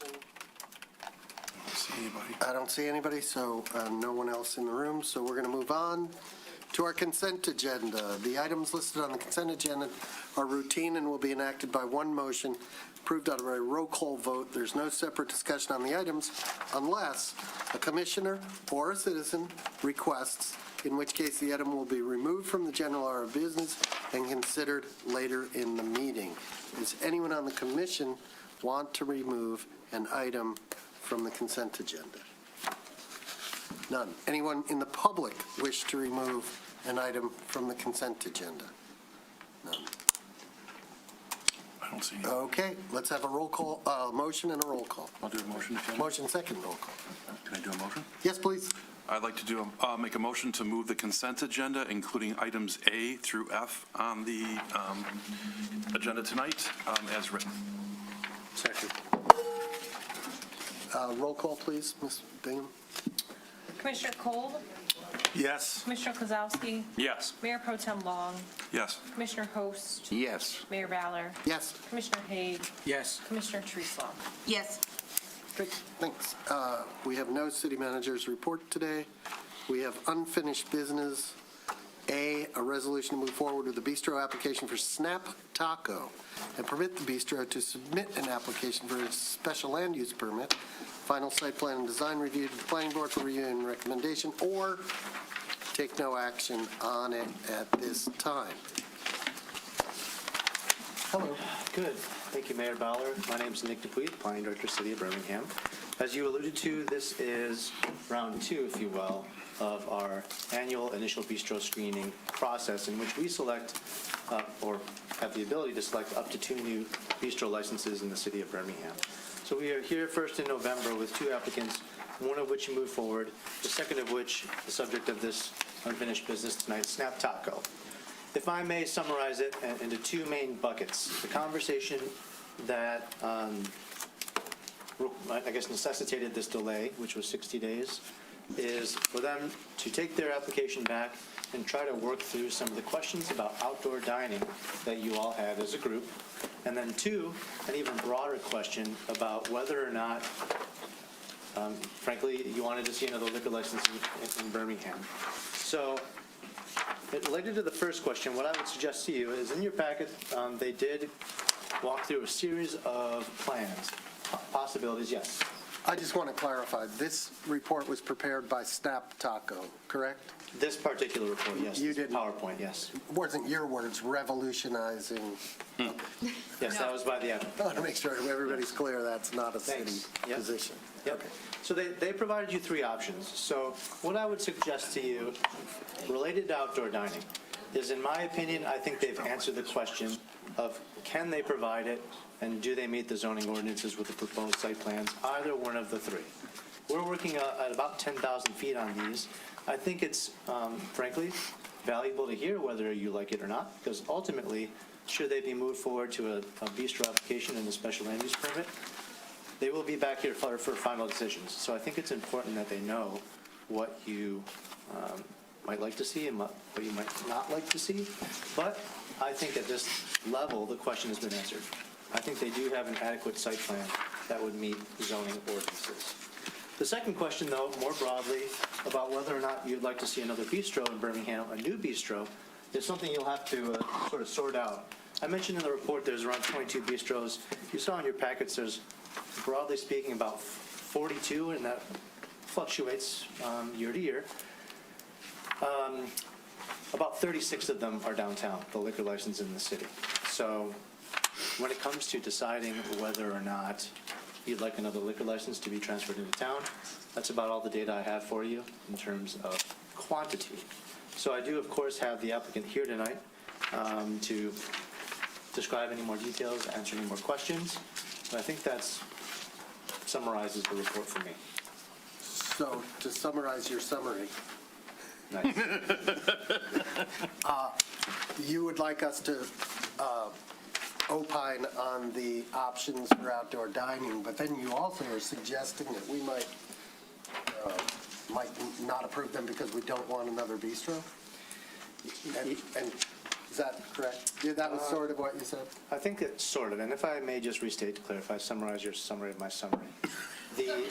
There are 2 main questions that I think you asked of the applicant, which we worked together over the last couple of months. Yeah. One, can you do outdoor dining? The answer is yes, they can. Okay. They have the space. Whether or not you like it is what I'm suggesting is a site plan review conversation, and ultimately, should you move them forward, a business decision for them to make. Do they want to make the investment to come here if, for example, you don't like the platform? The second question is the broader question, sort of the purpose of initial bistro screening, is do you want to allow another establishment to transfer a liquor license into the city? Does it meet the criteria of Chapter 10? Is it unique? Does it have adequate sanitary facilities? Do they have a good track record? Those kinds of qualifications? And that's what I'm really asking. Okay. Did we not already make that decision We went through the bistros that were offered in the fall, but if you recall, they did not have outdoor dining showing, and you told them, come back, go study it. Right. Can you do outdoor dining? Because if you can't qualify as a bistro. Okay. If you can, bring it back to us. So that's what they brought back with 3 options for outdoor dining. What the question for you tonight is, do you want to send it to the planning board to move to the next level? Okay. Thank you. comments on A, B, and C. I have a question about B. Doesn't that require approval of the adjacent either property owner or business operator? The short answer is yes. We And look do for they have that? Concurrence. Not at this time. That's something we typically handle in the site plan review process. That's a completely different building or the same building? Well, we have a letter from the building owner. Correct. I'll take it out of the garbage. Right? Yes. But he didn't explicitly say that they have my permission to use. Why didn't he say that? Because they haven't determined which outdoor dining layout they're going to go for. It may depend on what the planning board's thoughts are on it, too. And is it the approval, if I may, of the building owner or of the tenant itself? Is it the approval of the building owner or the tenant? The former. The owner? I thought it was the owner. Okay. Okay. Well, seems silly to write the letter, but whatever. We talked with him in depth about it. He comes down. I'm sorry, we've already said we're not going for the parking platform. So I don't even know why you submitted that. Open it up to the commission for discussion of B and or C. Yes, Commissioner Hayes. Okay, so option B. Looking at the layout there, and I spent 20 minutes in front of your store yesterday afternoon, just sitting looking at it, just watching the world go by, at 4:30 on a freezing Sunday afternoon. Yes. Option B, when we take account of both of the planters, there are 7 parking spots that have no access to the sidewalk. So what that means is the mother that takes the child seat out of her car has to take it out, walk around the back of a vehicle, and at 4 feet wide, walk down the drive lane holding her baby. That's not safe to me. It's off the table. Simple as that. It's off the table. I cannot put that on my shoulders that I said okay to something where I can see a problem. Next part of it. It leaves a 5-foot wide pathway with the entrance to the deck almost directly opposite your entrance. So we've got two-way traffic going in and out of a 5-foot gap. And we have to make sure we maintain ADA access for wheelchairs. The 5 feet gives us that, but it's got crossing traffic directly in front of it that a wheelchair operator really would be struggling to see. When we go just to the north of where you are, Churchill's has like an A-frame sign that sticks out into the sidewalk. So within that 5-foot line of sight, there's the sign that sticks out, so people would have to walk around the sign to your adjacent business and then walk back in to go through the 5-foot corridor. It doesn't flow. It just doesn't flow. I hate to say it to you like that, but it doesn't work for me. Option C. Option C doesn't actually add spaces. And I feel for you on that one. But at that point, I have to go back to the revolutionizing dining slide that says current sales figures are insufficient to sustain the location. That's a standalone sentence in there. If you're not adding seats, how are you going to sustain the location? If you're actually going to have seats that are going to be very weather dependent, so you're actually taking away a table in the winter months. Yes, you're right. We did take one table away, but you also got to understand that. Hold on, I'm sorry. He hit you with a lot, and I apologize. I'm okay. But I'm good. I think you probably want several responses, right? Maybe we slow it down, back it up a little bit. First, address his concerns, if you can, with option B. The option B, the concern is, and I don't want to use this, that other locations have that concern, and it's not an issue for other locations, just for us. There are places right across the street here that you can't walk through in the summertime. They're 3 feet, 2 feet, right across the street here. But you're saying the 5 feet is a concern, so I'm trying to understand your point. Back up. The 5 feet is not a concern because it meets ADI. Yes, we've seen issues over here and another one, and that was addressed. Okay, well, And if it wasn't addressed, it's violation. Hold on, I need to get control here. Commissioner Haig, I heard you point out 2 concerns. One concern was that the patio, or whatever you want to call it, the dining area, would come basically right to where the parking meters are. And if somebody Planters on either side. Okay, planters. So if somebody gets out of their car, they can't just get out of the car and walk over to, they have to go out into the street and walk around, right? And I think his response, just to be clear, is that that condition exists elsewhere. and that perhaps you're singling him out. Is that fair enough? I say I see it elsewhere. If it's a concern, I wonder how we could address it. I'm looking for an option or a example how we could, because we see it other places. Commissioner Long makes a good point. Mr. Dupuy, can you confirm what Commissioner Haig is asserting about the location of the planters and the inability of somebody to get? Yeah, I think it's true. The location of the planters is there would be one planter box on either side of this facility. Yes, and typically. So it is a problem, or it is whatever it is. It is what it is. What he says is true, and what he says may be true too, right? Sure. Okay. The second concern was about the width of the sidewalk or the amount of sidewalk passage that would remain would be 5 feet? It's 5 feet on the plan. I'm not worried about the 5 feet. It's 5 feet with crossing traffic from the main entrance and also from the proposed dining area entrance. That makes it challenging for someone who may be in a wheelchair or with Does everybody understand what he's saying? impairment. That it's 5 feet, and what's required? 5 feet. Okay. At entrances? Everywhere. Everywhere. Is there anywhere where more is required? More is required? Yeah. No. Okay. We do have this location, this type of situation in a couple of spots. Okay. So, Doesn't mean it's good. True. okay. But your beef is with the law, not with the applicant. No, I'm not questioning the 5 feet. Oh, what are you 5 feet, questioning? the 5 feet, we have this strip that's 5 feet wide, and there is crossing traffic that goes across it, foot traffic that goes across it, that to me is of risk to pedestrians. It's not the worst thing on earth. It doesn't mean it's good. Okay. My bigger concern was 7 parking spots. You have to walk into the drive lane of South Old Woodward to be able to get from your vehicle to the sidewalk. We have 0 free access for safety purposes to get to the sidewalk. That, to me, is actually the bigger concern of the two. Okay. I just mentioned the crossing traffic because it was part and parcel of the whole view. And so you've confirmed his assertion. Can you confirm the applicant's assertion that that condition exists elsewhere? I think that's true. Okay. All right. The exact condition, it's not apples to apples, but Okay. similar. And then your concern with number 3, or C, option C, was that I think doesn't really- it kind of prejudices against themselves, and I hate to see that happen because it takes away a table during the winter months. Yeah, And that's really, I don't want to see you lose space. Totally agree with you. That's our kind of our worst-case scenario that we would have to meet the requirements of outdoor seating. Because one of the things that we see currently is we do get a peak rush at dinner time, but we don't keep our rush is not that long because we don't have the people that want to sit. People are asking for beer, they're asking for margaritas. They want to sit, enjoy their time there. It's a very nice place. I don't know if you got to show the pictures of the inside, what we did. The whole place has been redone. I don't know if you had a chance to visit inside.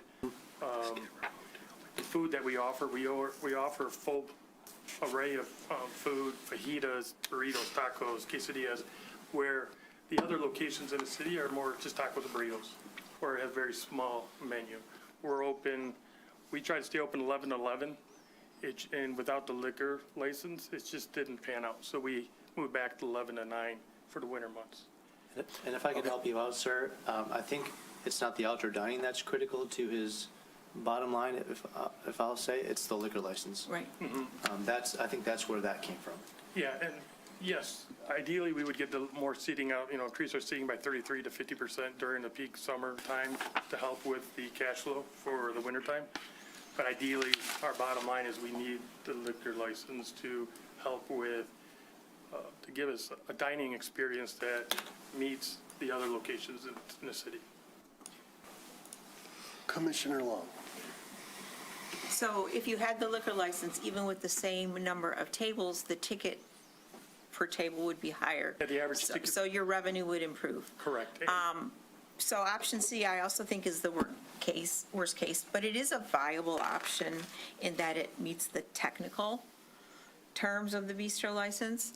I'm wondering whether there might not be an opportunity for you to modify option B so that the outdoor area proposed on the sidewalk is narrower somehow, so that Commissioner Haig's concern, and that would be up to the planning board to decide which end should come in or go out if you got permission from your landlord, to make a clearer path.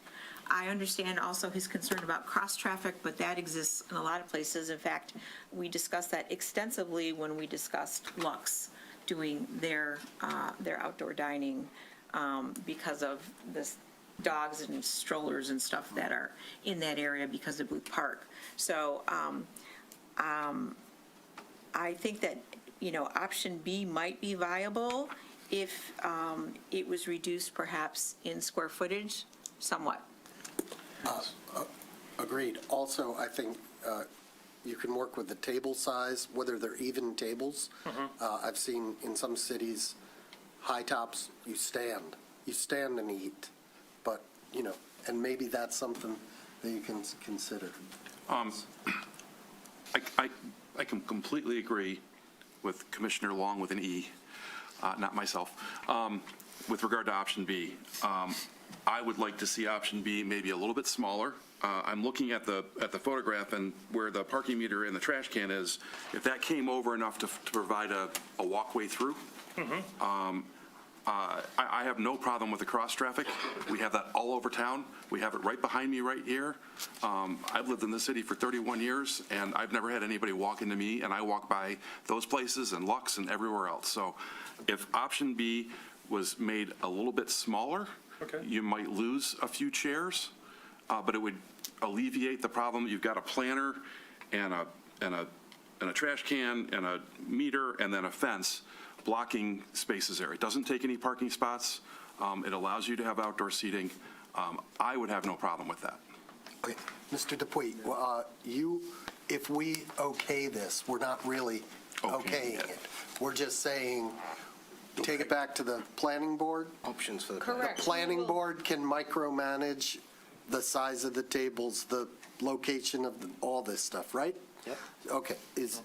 Yeah, I was going to ask a process question to Mr. Dupuy as well. Yeah. Would we be basically moving all of these forward, and then the planning board would make a recommendation between A, B, and C? Or would we say we are only comfortable moving a subset of these options forward? I think what they'll do, speaking for the applicant, but what I would work with them on is they're going to take this feedback and they're going to bring their best version to the planning board. We often don't care for options at the planning board. Whether it gets worked even further at the planning board, that's yet to be seen. But I think we both maybe heard enough from you to understand what you'd like. We give feedback here. The applicant will bring one version to the planning board, which the planning board will then have an opportunity to edit if they have further concerns. And then should they choose to recommend it, right? Correct. It will then reappear before us. That is correct. That is exactly right. Excellent, yes. thank you. Motion? I'll make it. Go ahead. Do you have anything else? The problem with B, to me, the biggest problem in B is, besides what Andrew said, is any elimination of parking. There's no elimination. There's no elimination of parking in B. It's on the sidewalk. Not one spot. In A there is. Oh, in A there is. A Sorry. elimination parking, B doesn't. It's just the sidewalk gets narrower. Okay, thank you. I'd like to make a resolution to move forward with the bistro application for Snap Taco and permit the bistro to submit an application for special land use permit, final site plan, and design review to the planning board for review and recommendation. Second? All those in favor? Aye. Opposed? Unanimous. Okay. Thank you very much. Next Appreciate step. your time. Excellent. New business, we have a resolution to approve the renewal of liquor licenses for 2026 licensing period for a whole bunch of establishments holding Class B, C, or microbrewery liquor licenses that are in compliance with Chapter 10 alcohol liquors of the city code. Everybody has the same question. Yep. No. And there's a second motion to set public hearings and to consider whether we would file objections with the Michigan Liquor Control Commission for the renewal of certain licenses held by the following establishments that are in violation of Chapter 10 alcohol liquors of the city code. Those three right now, as listed on our agenda, are 220 Merrill, Sidecar, Slice, Shift, and we're curious about Social. Yeah. There's more. Need I read it right now? The clerk is going to give a presentation.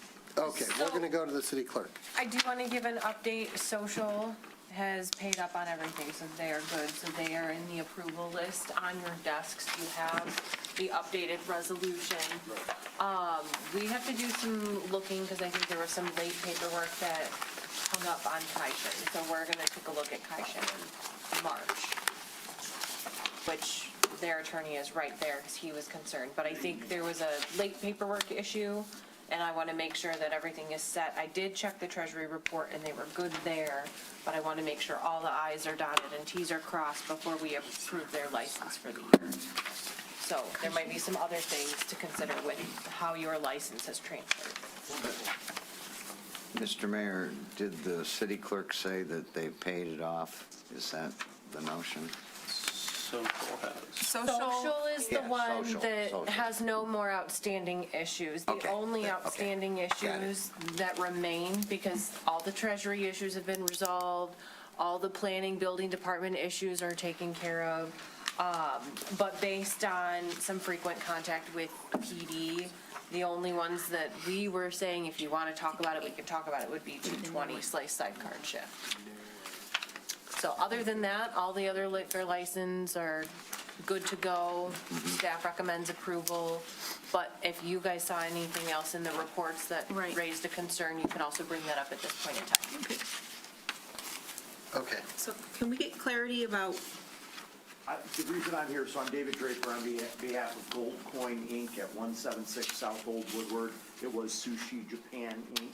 We received the conditional liquor license in November of '25. It's good for a year. We're waiting on the permanent transfer. We should have that shortly. But I noted that we were not on the list. We did it's our first go-around, and I apologize. We got it in last week, the application for annual renewal. We were, I'm sure, late to get on that list. And I'd just like to make sure we don't get lost. And whatever the process is. Are they lost? Typically, I have to look, but typically, once they've gone through that public hearing process, it's not until your next year. So I need to see if you would actually be in next year's renewals versus this year's, because you've barely been operating. Right. And So that might have been why you weren't on the list this year, but I don't have all of my resources on this computer tomorrow. This week, tomorrow, excellent, if that's okay. Yes. So I think what happened was because you were a transfer, you've barely been operating, you would have gotten caught in next year's renewal. So this is still good for you to watch, so you can learn that you have to really follow all the rules. Always learn. Thank you. Yep. So are you satisfied? I am if you'll. Are you if that's satisfied? okay. They should be fine. We'll reach out We'll tomorrow. figure out the rest of it. Great. Okay. Thank you, everyone. Sorry to slow things down, but appreciate you. Good to see you. Okay. so Go on. Yes. So it appears then that of the list of operating establishments for renewal, only 2 now remain for us to discuss whether we want to set public hearings for them or approve them with the rest of the establishments, and those are 220 Merrill and Sidecar Slice Shift, and those are both due to having more than, it would appear, 1 or 2 police interactions. 220 Merrill has 6, Slice Sidecar Shift, which is 3 establishments, has 3, but I also noted that Market North End has 4, and they are not on this list, and that seems to be a disparate treatment, and I would like to understand why. And then perhaps if representatives of the establishments, the other establishments are here, they could address us. Captain Wald is here. Good evening. Yeah, And so not just, I think there are concerns in general. I don't know about the rest of the commission.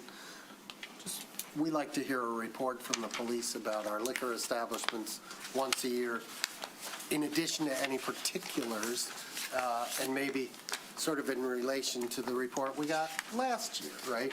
Because last year we were talking about some other establishments, correct? So why don't you talk? So with respect to Market North End, yes, they have more incidents than some other places that we have not pulled. The main reason that the two that we've asked to be pulled is lack of cooperation from staff and from management when we have incidents or when we have to follow up. With respect to Market, we have a ton of cooperation. We go out, they take advice that we give them for mitigation efforts. They follow up with our investigators all the time. We understand that alcohol establishments are going to have problems. It's only 4. It really isn't that bad. And frankly, it's actually 3 because one of them was completely unfounded.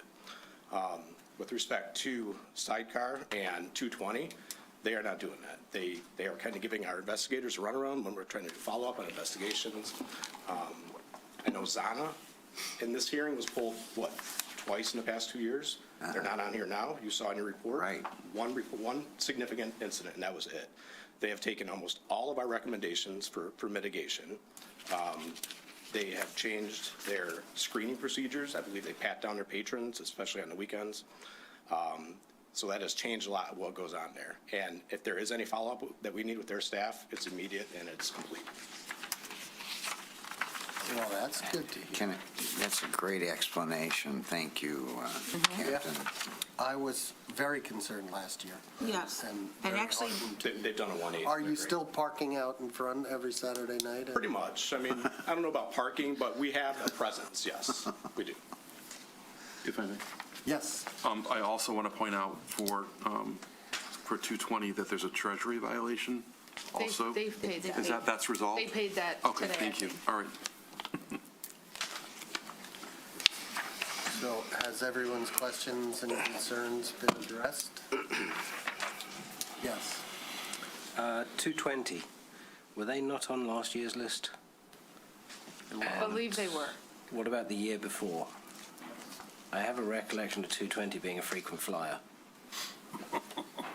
Okay, so 220 is responsible for 28% of the police incidents that are listed here. And I believe all of them involve violence of some degree from a frequent flyer. Commissioner? I would just note proportionally, it's a much larger establishment than some of the. It's two. Right. It's Rose Room and Right. the restaurant. It's So- two different. So, I mean, there's a lot more bodies. I think Lux is quite large What as well. kind of cooperation do you get or not get from 220? 220, not very much. So I know we just noted that there's 2 establishments for 220, Rose Room, and you referenced the 28%. Well, of the incidents that we have at 220, probably 95% of it is Rose Room. We believe that their staff, specifically their security staff, has been instructed to not give us statements, because we don't get statements from their staff, written or verbal, which is huge because they're witnesses. That's why half of these end up as disorderly conducts, not as assaults or something more specific, because we have to go to the lowest common denominator for charges. Okay, so seems as though some of they those- are on the list to come back, right? If we vote that way. Yeah, well, of course. But hasn't they been a problem for the last 3 years? I'm asking. At least a couple of years, yes. Okay. But when we, So this if is and the when we- 3rd year. If and when we bring them back, I would hope we maybe have a 10-year history. Shouldn't be hard, right? Shouldn't be hard. We could do that. Not just of the liquor Sure, licenses. as long as you got it all together. Yep. The I whole believe thing. there were some deck fires. I do. With all the names. Well, if there are representatives from either one of these establishments in the room, though, we should give them an opportunity to speak. Are there representatives of any of these establishments? Here. I see a hand. Ms. Allen, Good evening. Welcome. Mr. Mayor, Commissioners. I'm Kelly Allen. I'm here tonight for Zedaliah. He's on a plane, and he is running late. He's trying to get here. I am a little surprised to hear that Mr. Elia is not cooperative. I mean, he did stand here last year and talk to you about this stuff. And as you know, he's an attorney. And he is one that I know to at least talk to the police department about what's going on. They did have 6 calls that are listed on in your packet tonight. One of them took place inside. I hear what the police department is saying. By the time they get there, everybody's gone.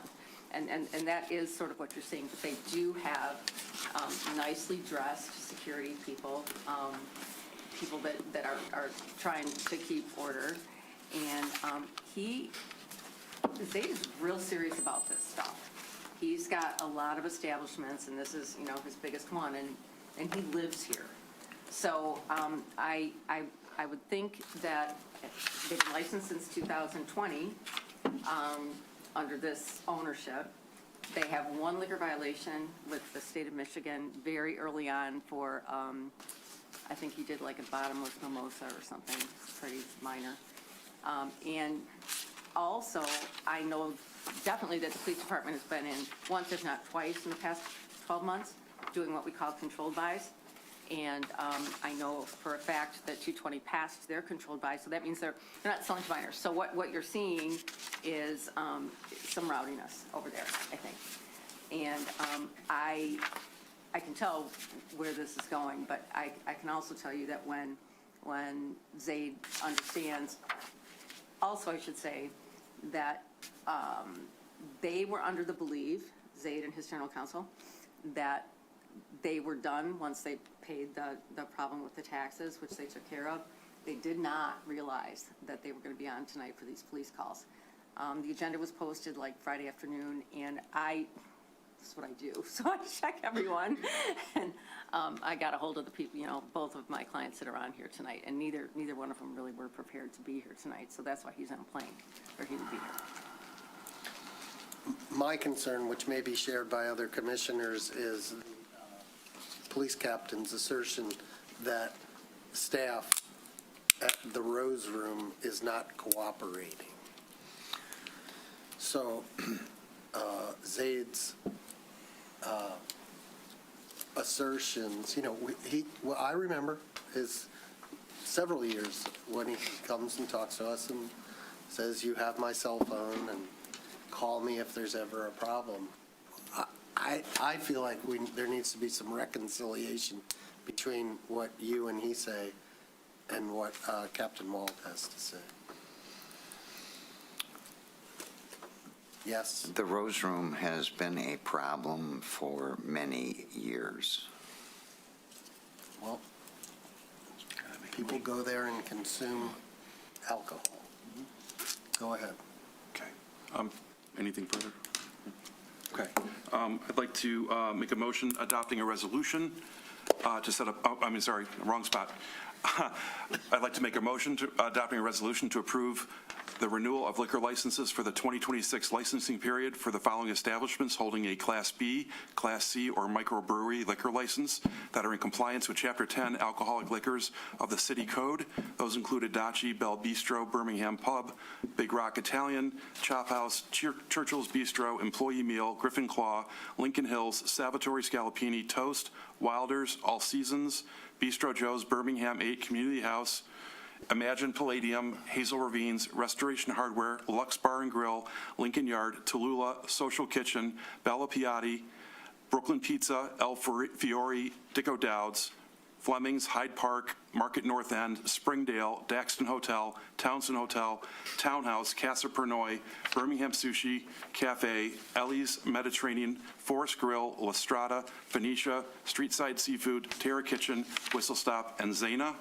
And to make a motion adopting a resolution to set up public hearings on Monday, March 9th, to consider whether the City Commission shall file objections with the Michigan Liquor Control Commission for the renewal of licenses held by the following establishments that are in violation of Chapter 10 alcohol liquors of the City Code: 220 Merrill, Sidecar Slice Shift. And further, to direct the city clerk to notify the owners and operators of the licensed establishments for which a public hearing is set via first-class certified mail to inform them of the public hearing date set for March 9th, 2026 at 7:30 p.m. and to at 7 p.m.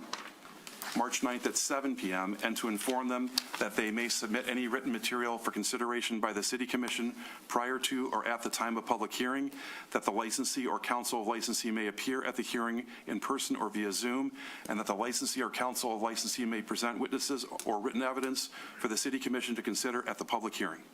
Second. 3rd. breathe. Comment on the motion? City Commission, comment from the public or or yes? Ms. Mr. Allen? I'm here for Steve Simon as well, Okay. for Shift and Slice. Oh, okay. Fire away. Do you have Thank you. anything you want to say? Yes, I do. Steve they had 3 violations in this period of time in the 24 months. Both of them were outside, one of them was inside.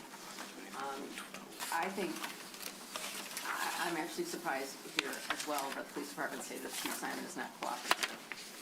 He has many places, and, but again, he lives here, and so they have good security in there from Thursday to Sunday. It is a big place. They too, I think they passed 2 controlled buys in the past 12 months, so that means they're doing something right, they're not selling to minors. But they had these 3 incidents, 2 of which were outside, 1 of which was inside, and he's really working on it. He's got staff over there that is heads roll when this kind of stuff happens. So he too did not know that he had to be here tonight. So close. Safe to say you're opposed to the motion? I am. May I add one comment Yes, on the motion. on the motion? Okay. Zana was here last year. It's one of the biggest establishments in town. They had a lot of problems. So if anybody who is coming back wants to know how to deal with it, talk to them.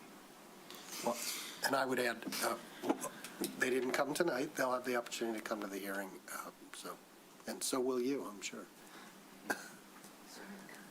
Any other comments? Comments online? Raise your hand function online, on Zoom, and seeing none. Roll call, please.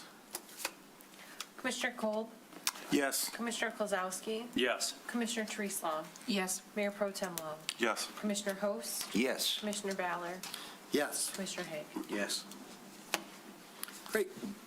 Item B, final special land use permit and final site plan review and design review for 298 South Old Woodward to permit the modification of the existing required off-street loading facility, make room for new in-house laundry facilities and a new trash compactor. This is the Daxton Hotel, correct? Correct, this is the Daxton Hotel. Okay. For all those of you who don't know, what is at 298 South Old Woodward? Okay, thanks, Nick, Planning Director, again, for the City of Birmingham. It has been a while, so I will give you a little bit of background as to why we're here, because it's been so long, and then we'll, of course, get into the conversation, and, of course, the applicant is here. So this is a special land use permit amendment. They've been operating under a special land use permit for a little over 4 or 5 years now, because of the sale of alcoholic beverages for on-premise consumption. The entire site is under a special land use permit, so when they make modifications to the site, major modifications that is, they need to come and amend their SLUP to reflect the changes. In this case, the issue all started with laundry. Almost 2 years ago, golly, maybe a year and a half ago, they applied for a permit to alter what was approved as a trash room, which is this area here, which is kind of back left of the loading zone, into a laundry room. We noted the change in the building permit set, and we denied the building permit, suggesting to them that, well, no, we need to know how you're going to deal with your trash. Their proposal to deal with the trash was then to introduce a large compactor into their off-street, their required off-street loading facility that's accessed off of Brown, effectively removing that off-street parking space from the site, removing the required off-street parking space from the site. Off-street loading. Thank you, loading space. This is a loading dock. A loading dock. Right. Ill-conceived, right?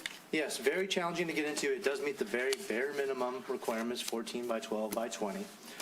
So, frankly, they haven't used it for quite some time. We don't have an ordinance that says you must use it every time. We just say you have to have it. So we've all walked by. What do they use instead? We've all seen the 75 roll-off trash bins that are in that, plus other miscellaneous back-of-house things. So we all see it. We all know what's happening there. I think they don't shy away from it either. So what they did is they came to the planning board and requested this special land use permit amendment. It was approved with several conditions, one of which we'll have to talk a lot about tonight. They did also visit the Board of Zoning Appeals, and they were granted a variance of one usable off-street loading space. So the last stop is the City Commission by nature of the special land use permit requirements. So the long story short is, I'm going to pull it up again. To summarize, they will be removing their off-street loading facility or repurposing it so that trucks can no longer pull in it. They will be reintroducing a laundry facility that will, as they explain, drastically reduce the amount of trucks and deliveries on site. And what they discussed at the planning board, which I imagine will be the main discussion point tonight, is that they've suggested that they feel as though many or all of the deliveries that that are necessary on site can be handled on the lower level through smaller vehicles such as vans or trucks. That was blended into the approval recommendation from the planning board, and that is something that Commissioner Haig mentioned that he would particularly be asking about tonight. How do we enforce a mandate like that?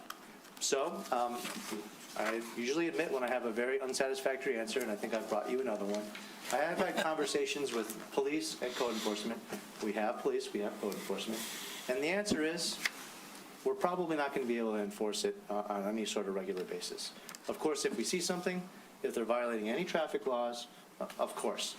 But on a regular basis, we can't have, not that you're suggesting it, but a police car parked out there or a code enforcement official walking the beat around this building.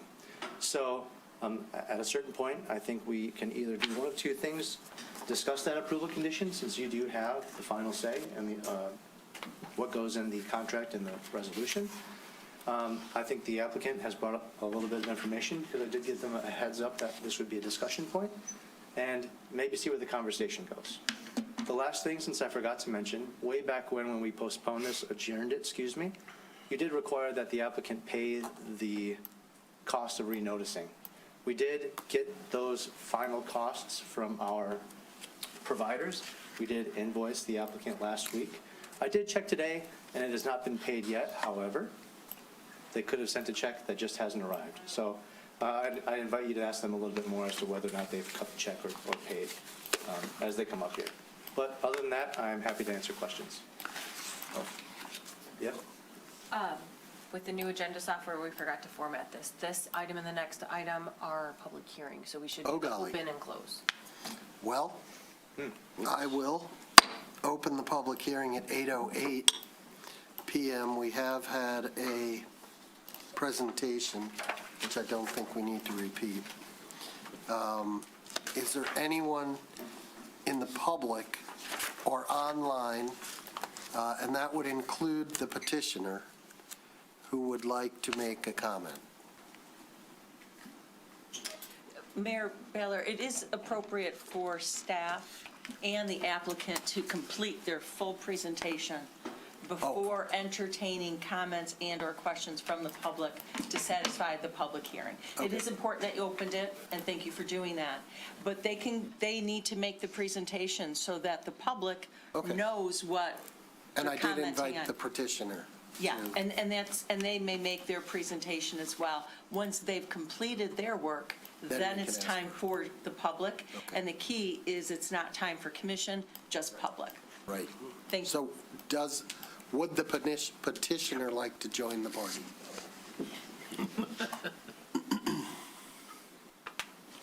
How you doing tonight, folks? Good. As you can see, You are? I'm Robert Carmack. We're representing the Daxton. Okay.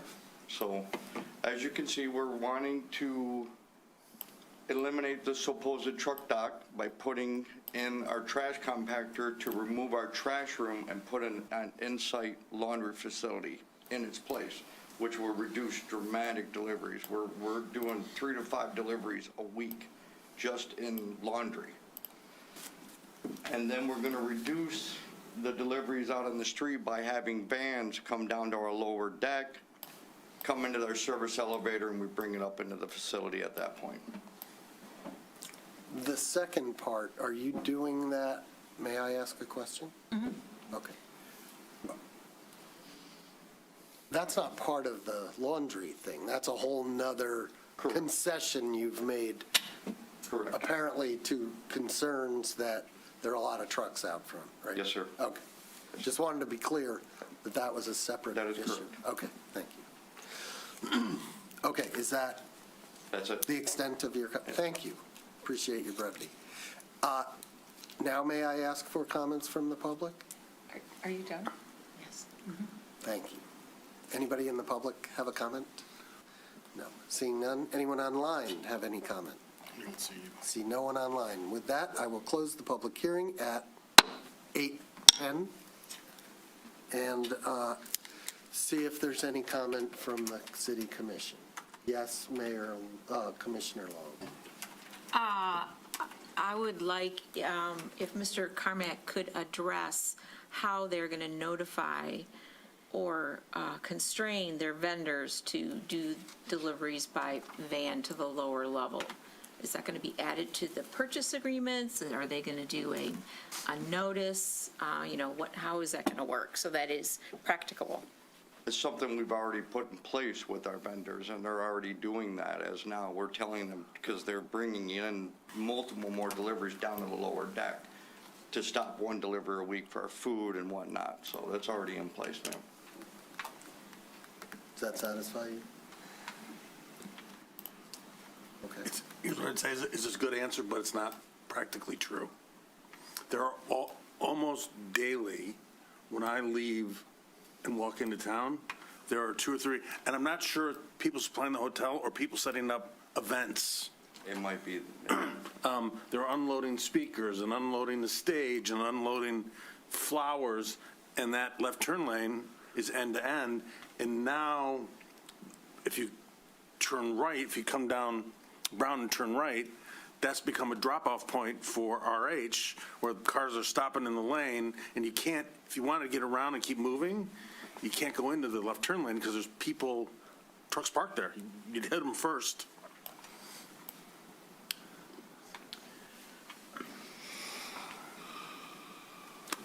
Quick question, so the underground parking, which is where these vans are making the deliveries, correct? Yes. Is that entrance off of Old Woodward? That entrance is off of Brown Street.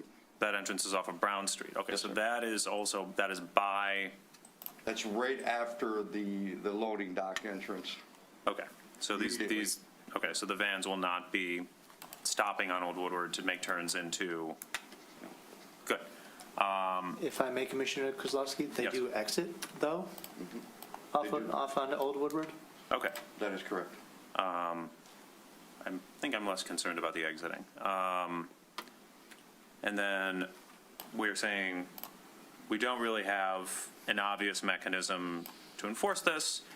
It sounds like you're not really interested in violating this agreement anyway. You've got the service elevator in the garage anyway. That's probably where you want to bring the stuff in.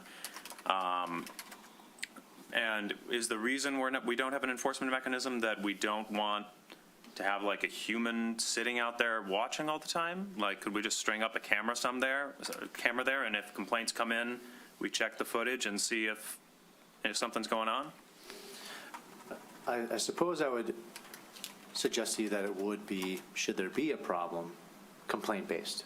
So if it causes backups or consistent backups, I might wager to say, you bet we'll hear about it, whether it's through GovPilot or complaints or calling the non-emergency line for the police. There are mechanisms in which issues can be reported to us. I don't know that we would be, I guess they use the word actively monitoring. And then I guess my final point is, they're not using the loading dock right now anyway, right? So whatever comes of inserting this laundry room, is there any reason to anticipate more trucks on the street than there were before? It sounds to me like there's probably going to be less, and they're not using the loading dock anyway, right? Correct. So. I have a question for the city manager or city attorney. This is before us. We can either vote it up or down, right? Is there any in between? Is there anything we can do other than approve or deny this? You could attach conditions, as you have done in the past, Okay. for special land use permits. I'd sure like to hear a motion on this so that we can discuss practicality of either approving it, denying it, or attaching conditions to it. I have a question for Nick. Okay. Nick, what did the planning board, how'd this get through the planning board? And also, how'd it get through the BZA? I mean, that's a very good question. So it was a very long time ago, so I'll shake out a little rust. But if I can answer in themes. So the theme is, we know we're Birmingham, we know we're a dense urban downtown. We know that loading and unloading functions are just a part of being an urban downtown. They also admitted that the loading zone is used up anyways.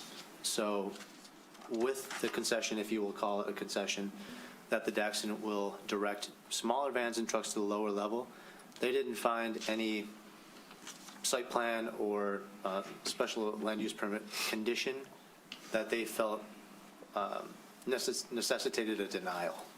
So it was, I guess if those are the themes I could answer with. And the BZA. Same for the BZA? Yeah, they had a couple of hardship arguments, the main being the laundry. Part of it was it's very expensive, if I recall, to do off-site laundry, and that it would actually reduce the deliveries drastically. As a note, in the approval of the variance, they did also include that should the laundry no longer be needed, or should the trash compactor be removed, that they revert back to having the loading space. So they built in kind of a circular approval, if you will.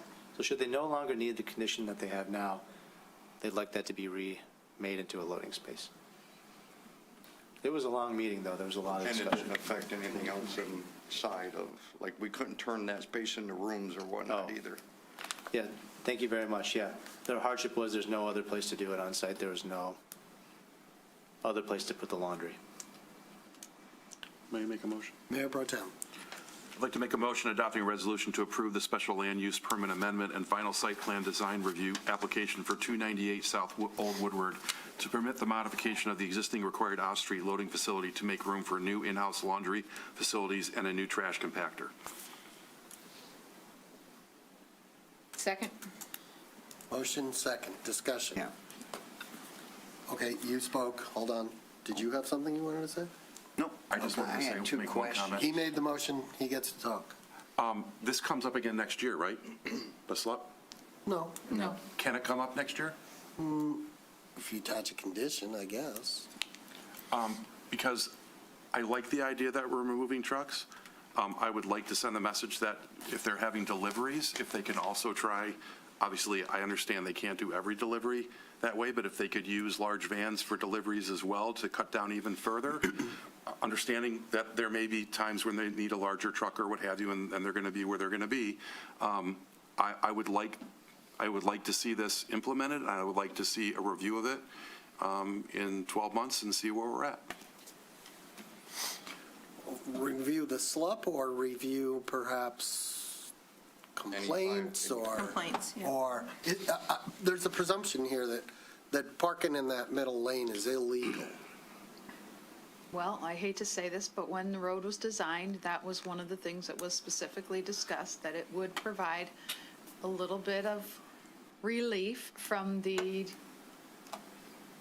how small all of the areas are and how we don't have a lot of back So alleys. it's So not yes, illegal, and it was actually quite intended to be used. Well, that was the discussion. To an extent. To an extent that if it was for short term, it would, people could pop in Yeah. and out.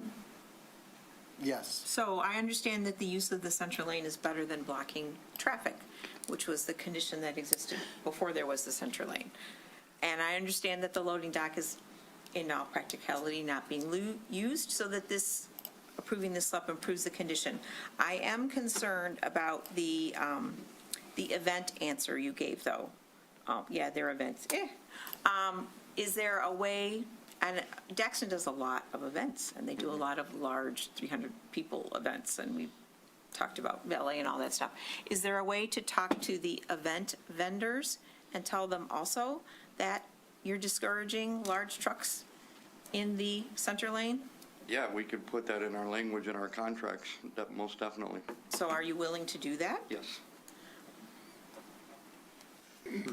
So if you, hold on, there was you made if you want to back out of this and add a condition, we should do that now. If not, and we could ask for a report. I would like to add to my motion that we add a condition that they put in their contracts with event vendors, that they also use smaller vehicles that can take advantage of your underground loading dock and/or elevators to even further alleviate the use of that middle lane, and that we review this in 12 months for complaints. Okay, so. Sorry, because we're going to have to modify this under the conditions that are already present. So there's already conditions present in the resolution and the actual SLUP that says that that they shall comply with the approved site and design plans and any amendments thereto. So if they don't do that, they're automatically going to come back in front of you for a potential removal of the site, of the SLUP. But if you want to add the further language. That was my intention, not to remove, but to add that further language. So to put language in their contracts with their vendors. That they will use smaller vans. Will, must, endeavor to? Will. Well, you're asking a lot. I mean, Okay. I think there are occasions when they've got to use a big truck. I mean, Yes, it may be very difficult to define and enforce. What were you thinking when you said you would put it in the contract? I was trying to think of how to word it, but to use smaller vans at any occasion possible, for pending the equipment they're using. What is it, Their speakers. clearance? Yeah. No, the clearance is an issue? Correct, yeah, oh yeah. Yeah, you can't use anything over 7.5 foot cannot get down there. I think we're talking about two separate things. Hold on, let's get We're this going. talking about utilizing the center lane in Old Woodward, or are we talking about, We're talking about alleviating as much as possible the use of the center lane. That's By right. having, right, I don't think that's what you're. No, I took what he was asking was the Okay. height of the lower level. Right, but you understand what we're talking. yes. And he understands. Hold on, let's get this ironed out. Are you comfortable now? No. But we'll, I'm hearing you. So I'm concerned about us writing something that could be left to interpretation and it being sort of nebulous, and then us trying to enforce something later on the fly. So it seems to me that we should maybe adjourn this, or actually postpone this to a date certain to the next meeting, which is the 23rd, so that I can iron out this language, and so that we make sure that there's some clarity and expectation, so that if we are alleging a violation, we are going to be clear what the language is that we are demanding that they abide. And quite frankly, I think that's probably fair to you as well. So with that, I will withdraw my motion in its entirety. I withdraw my second. Okay, so that's off the table. And So now, we need a motion to postpone to now a I date need a certain. motion to postpone to a date certain. Once to we've February clarified 23rd. everything, if there's other Right. conditions. But we got to specify the date. Yes. So you have your hand up, Commissioner Haig. Is it to make that motion? Nope, it was to Okay. try and have a comment on what we were talking about earlier, because it was It's at this point, that's off the table. So it's pertinent. can I get a motion to, go ahead. Do we have a date certain, or it will be for a date certain in the future to be TBD? You pick a date certain so that it doesn't have to be renoticed and go through the whole process again. So Okay. you can pick to have it come back on February 23rd. Okay, is that enough time, or would you like it to be? No, that's sufficient time. Yeah. Okay, I'd like to make a motion to postpone this matter to the next city commission meeting. On February Which is on 23rd. February 23rd. Second. Any comment on that motion? You have a comment on that motion? The motion is to postpone it. It is. I'd like to make some comment on some of the observations that have been made that drove The reason Do we I ever just get a did- chance to speak? Yeah, no, you will if I give you the floor, and I haven't given you the floor. The reason we are doing what we are doing is because we got into a situation where we were micromanaging this special land use permit. That is not appropriate for us to do. It's appropriate for her to go back, redo it, and bring it back to us for approval, denial, or add conditions. We're adding conditions. That's what we're doing. So that's what this is about, and there's a motion on the floor to postpone it. If there's a beef with the date or something else, fine, fire away. Otherwise, we're done micromanaging the situation. And we will comment on this when it's before us on the 23rd. Absolutely, absolutely. And anyone here is free to fire off an email to the city attorney with some opinions at some point. Any other comments on the motion? Any comments from the public online? Raise your hand. Seeing none, we can just vote on this, right? All those in favor? Aye. Opposed? Passes. Thank you. Moving on. You're welcome. Thank you, and sorry for bringing you out and sending you back. Item C is a resolution to approve the special land use permit for 239 North Old Woodward to update the special land use permit with the establishment name Bezos. This is a public hearing. It is opening at 8:26 p.m. Thank you, Nick Dupuy, Planning Director, City of Birmingham. It is that simple. It is just a name change. All the documents, the resolution, and the contracts that we have currently reflect the approved name of Bloom Bistro. To be able to change the name and reflect the current condition, they've got to come here and do a special land use permit amendment, so that's what they're doing. No snakes in the grass, no change in the menu, no change in this, that, or the other, just a name change. The applicant can tell you why, but they do intend, I assume the question might be, do they ever intend to actually open? And I think the answer is yes, soon. So with that, I'll kick it back to you, Mayor Baller. No, it's a public hearing, so we're going to hear from the applicant. Did you open the public hearing? I did. Yes. Didn't you hear me? Thank you. No, I'm sorry, I was distracted getting their phone numbers. Thank you. Yes, I believe the applicant or their representative is here. Representative. Good evening, Mr. Mayor, City Commissioners. I'm Kelly Allen, here tonight on behalf of Bezos. Yes, it was Bloom, and they're opening, I would say, in the next 4 weeks. They're pretty much ready to go over there. We have to get the license out of escrow from the Liquor Commission. They had to change their name. Somebody stole it, and it wasn't filed properly, and there's another business in the city of Southfield using that name. So they worked with Ron and Roman to create this name. It means kisses in Italian. Oh. And their logo's pretty cool, if you didn't see it. And they're, like Nick said, Mr. Dupuy said, everything else is pretty much staying the same. New logo, new name. Okay. Any comments from the public in the room, online?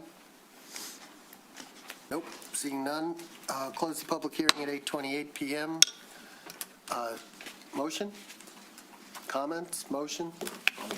Okay, motions are good. I'd like to make a motion adopting a resolution to approve the special land use permit amendment for 239 North Old Woodward to update the special land use permit with the new establishment name, Bezos. Second. Does this require a roll call? Yes. Roll call vote, please.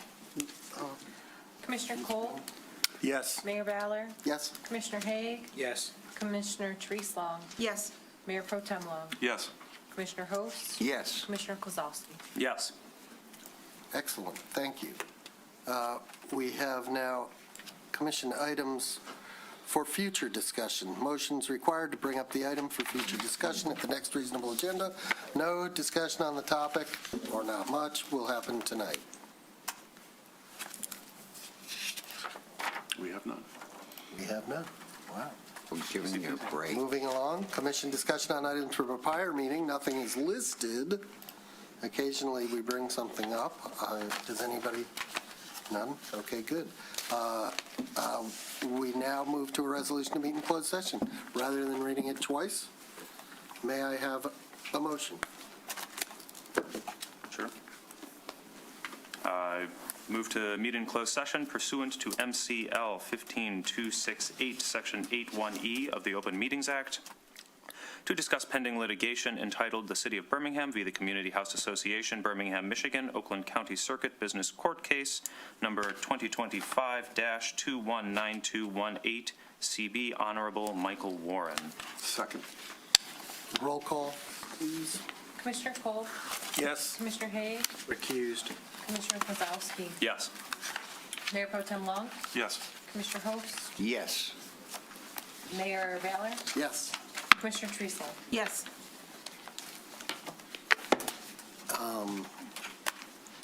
We have nothing removed from the consent agenda. Sorry. We have many communications regarding snow plowing, the YMCA, the community house. We have a communication from Brad Host and a communication from Maddie regarding ice cream. Commissioner reports. Yes. We have notice No. of intention to appoint to the Architectural Review Committee, the Planning Board, and the Parks and Recreation Board. These are very important boards. And do we have I have a also Commissioner reports? I have a report. Okay. Mr. Mayor, you asked me at the last meeting to investigate. There's more children that want to be in the Y Summer program than there are spots available. And I asked the YMCA, Mr. Underwood, would he be willing to expand the program? And he said yes. Emphatically, he said yes. And the only caveat would be he's going to need more space, and I assume it will be another park versus just St. James. Outdoor space. Yes. And so he would naturally then contact the city manager? Okay, well, that was easy then. But yeah, no, he doesn't want to reject any children. It's a wonderful thing. None of us want to reject children. Right? Other commissioner reports? None? We have commissioner comments, which are different from reports. None? Advisory boards, committees, commission reports, legislation, city staff, information only. I think it's time to go into closed session.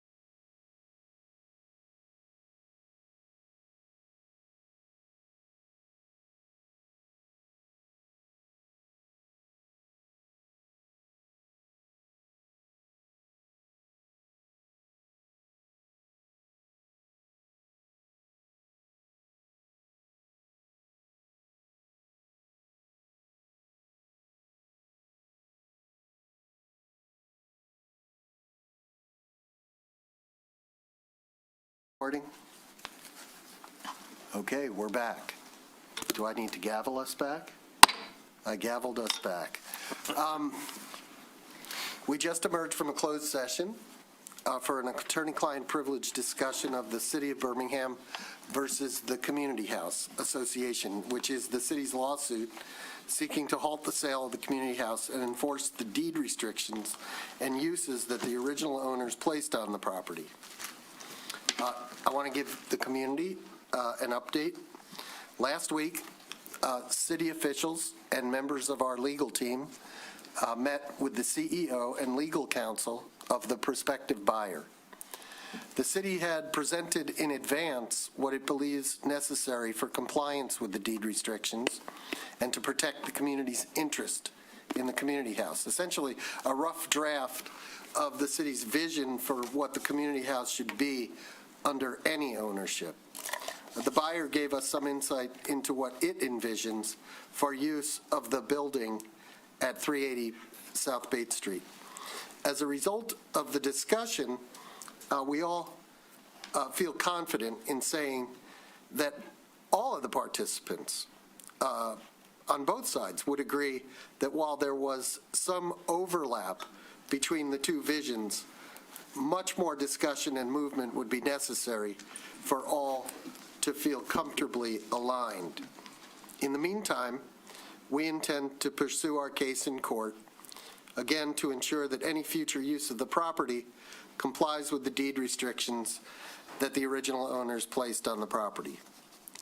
On the legal front, as has been reported, earlier this year, the Community House filed a motion to dismiss the city's case and sought to have that motion heard on an expedited basis.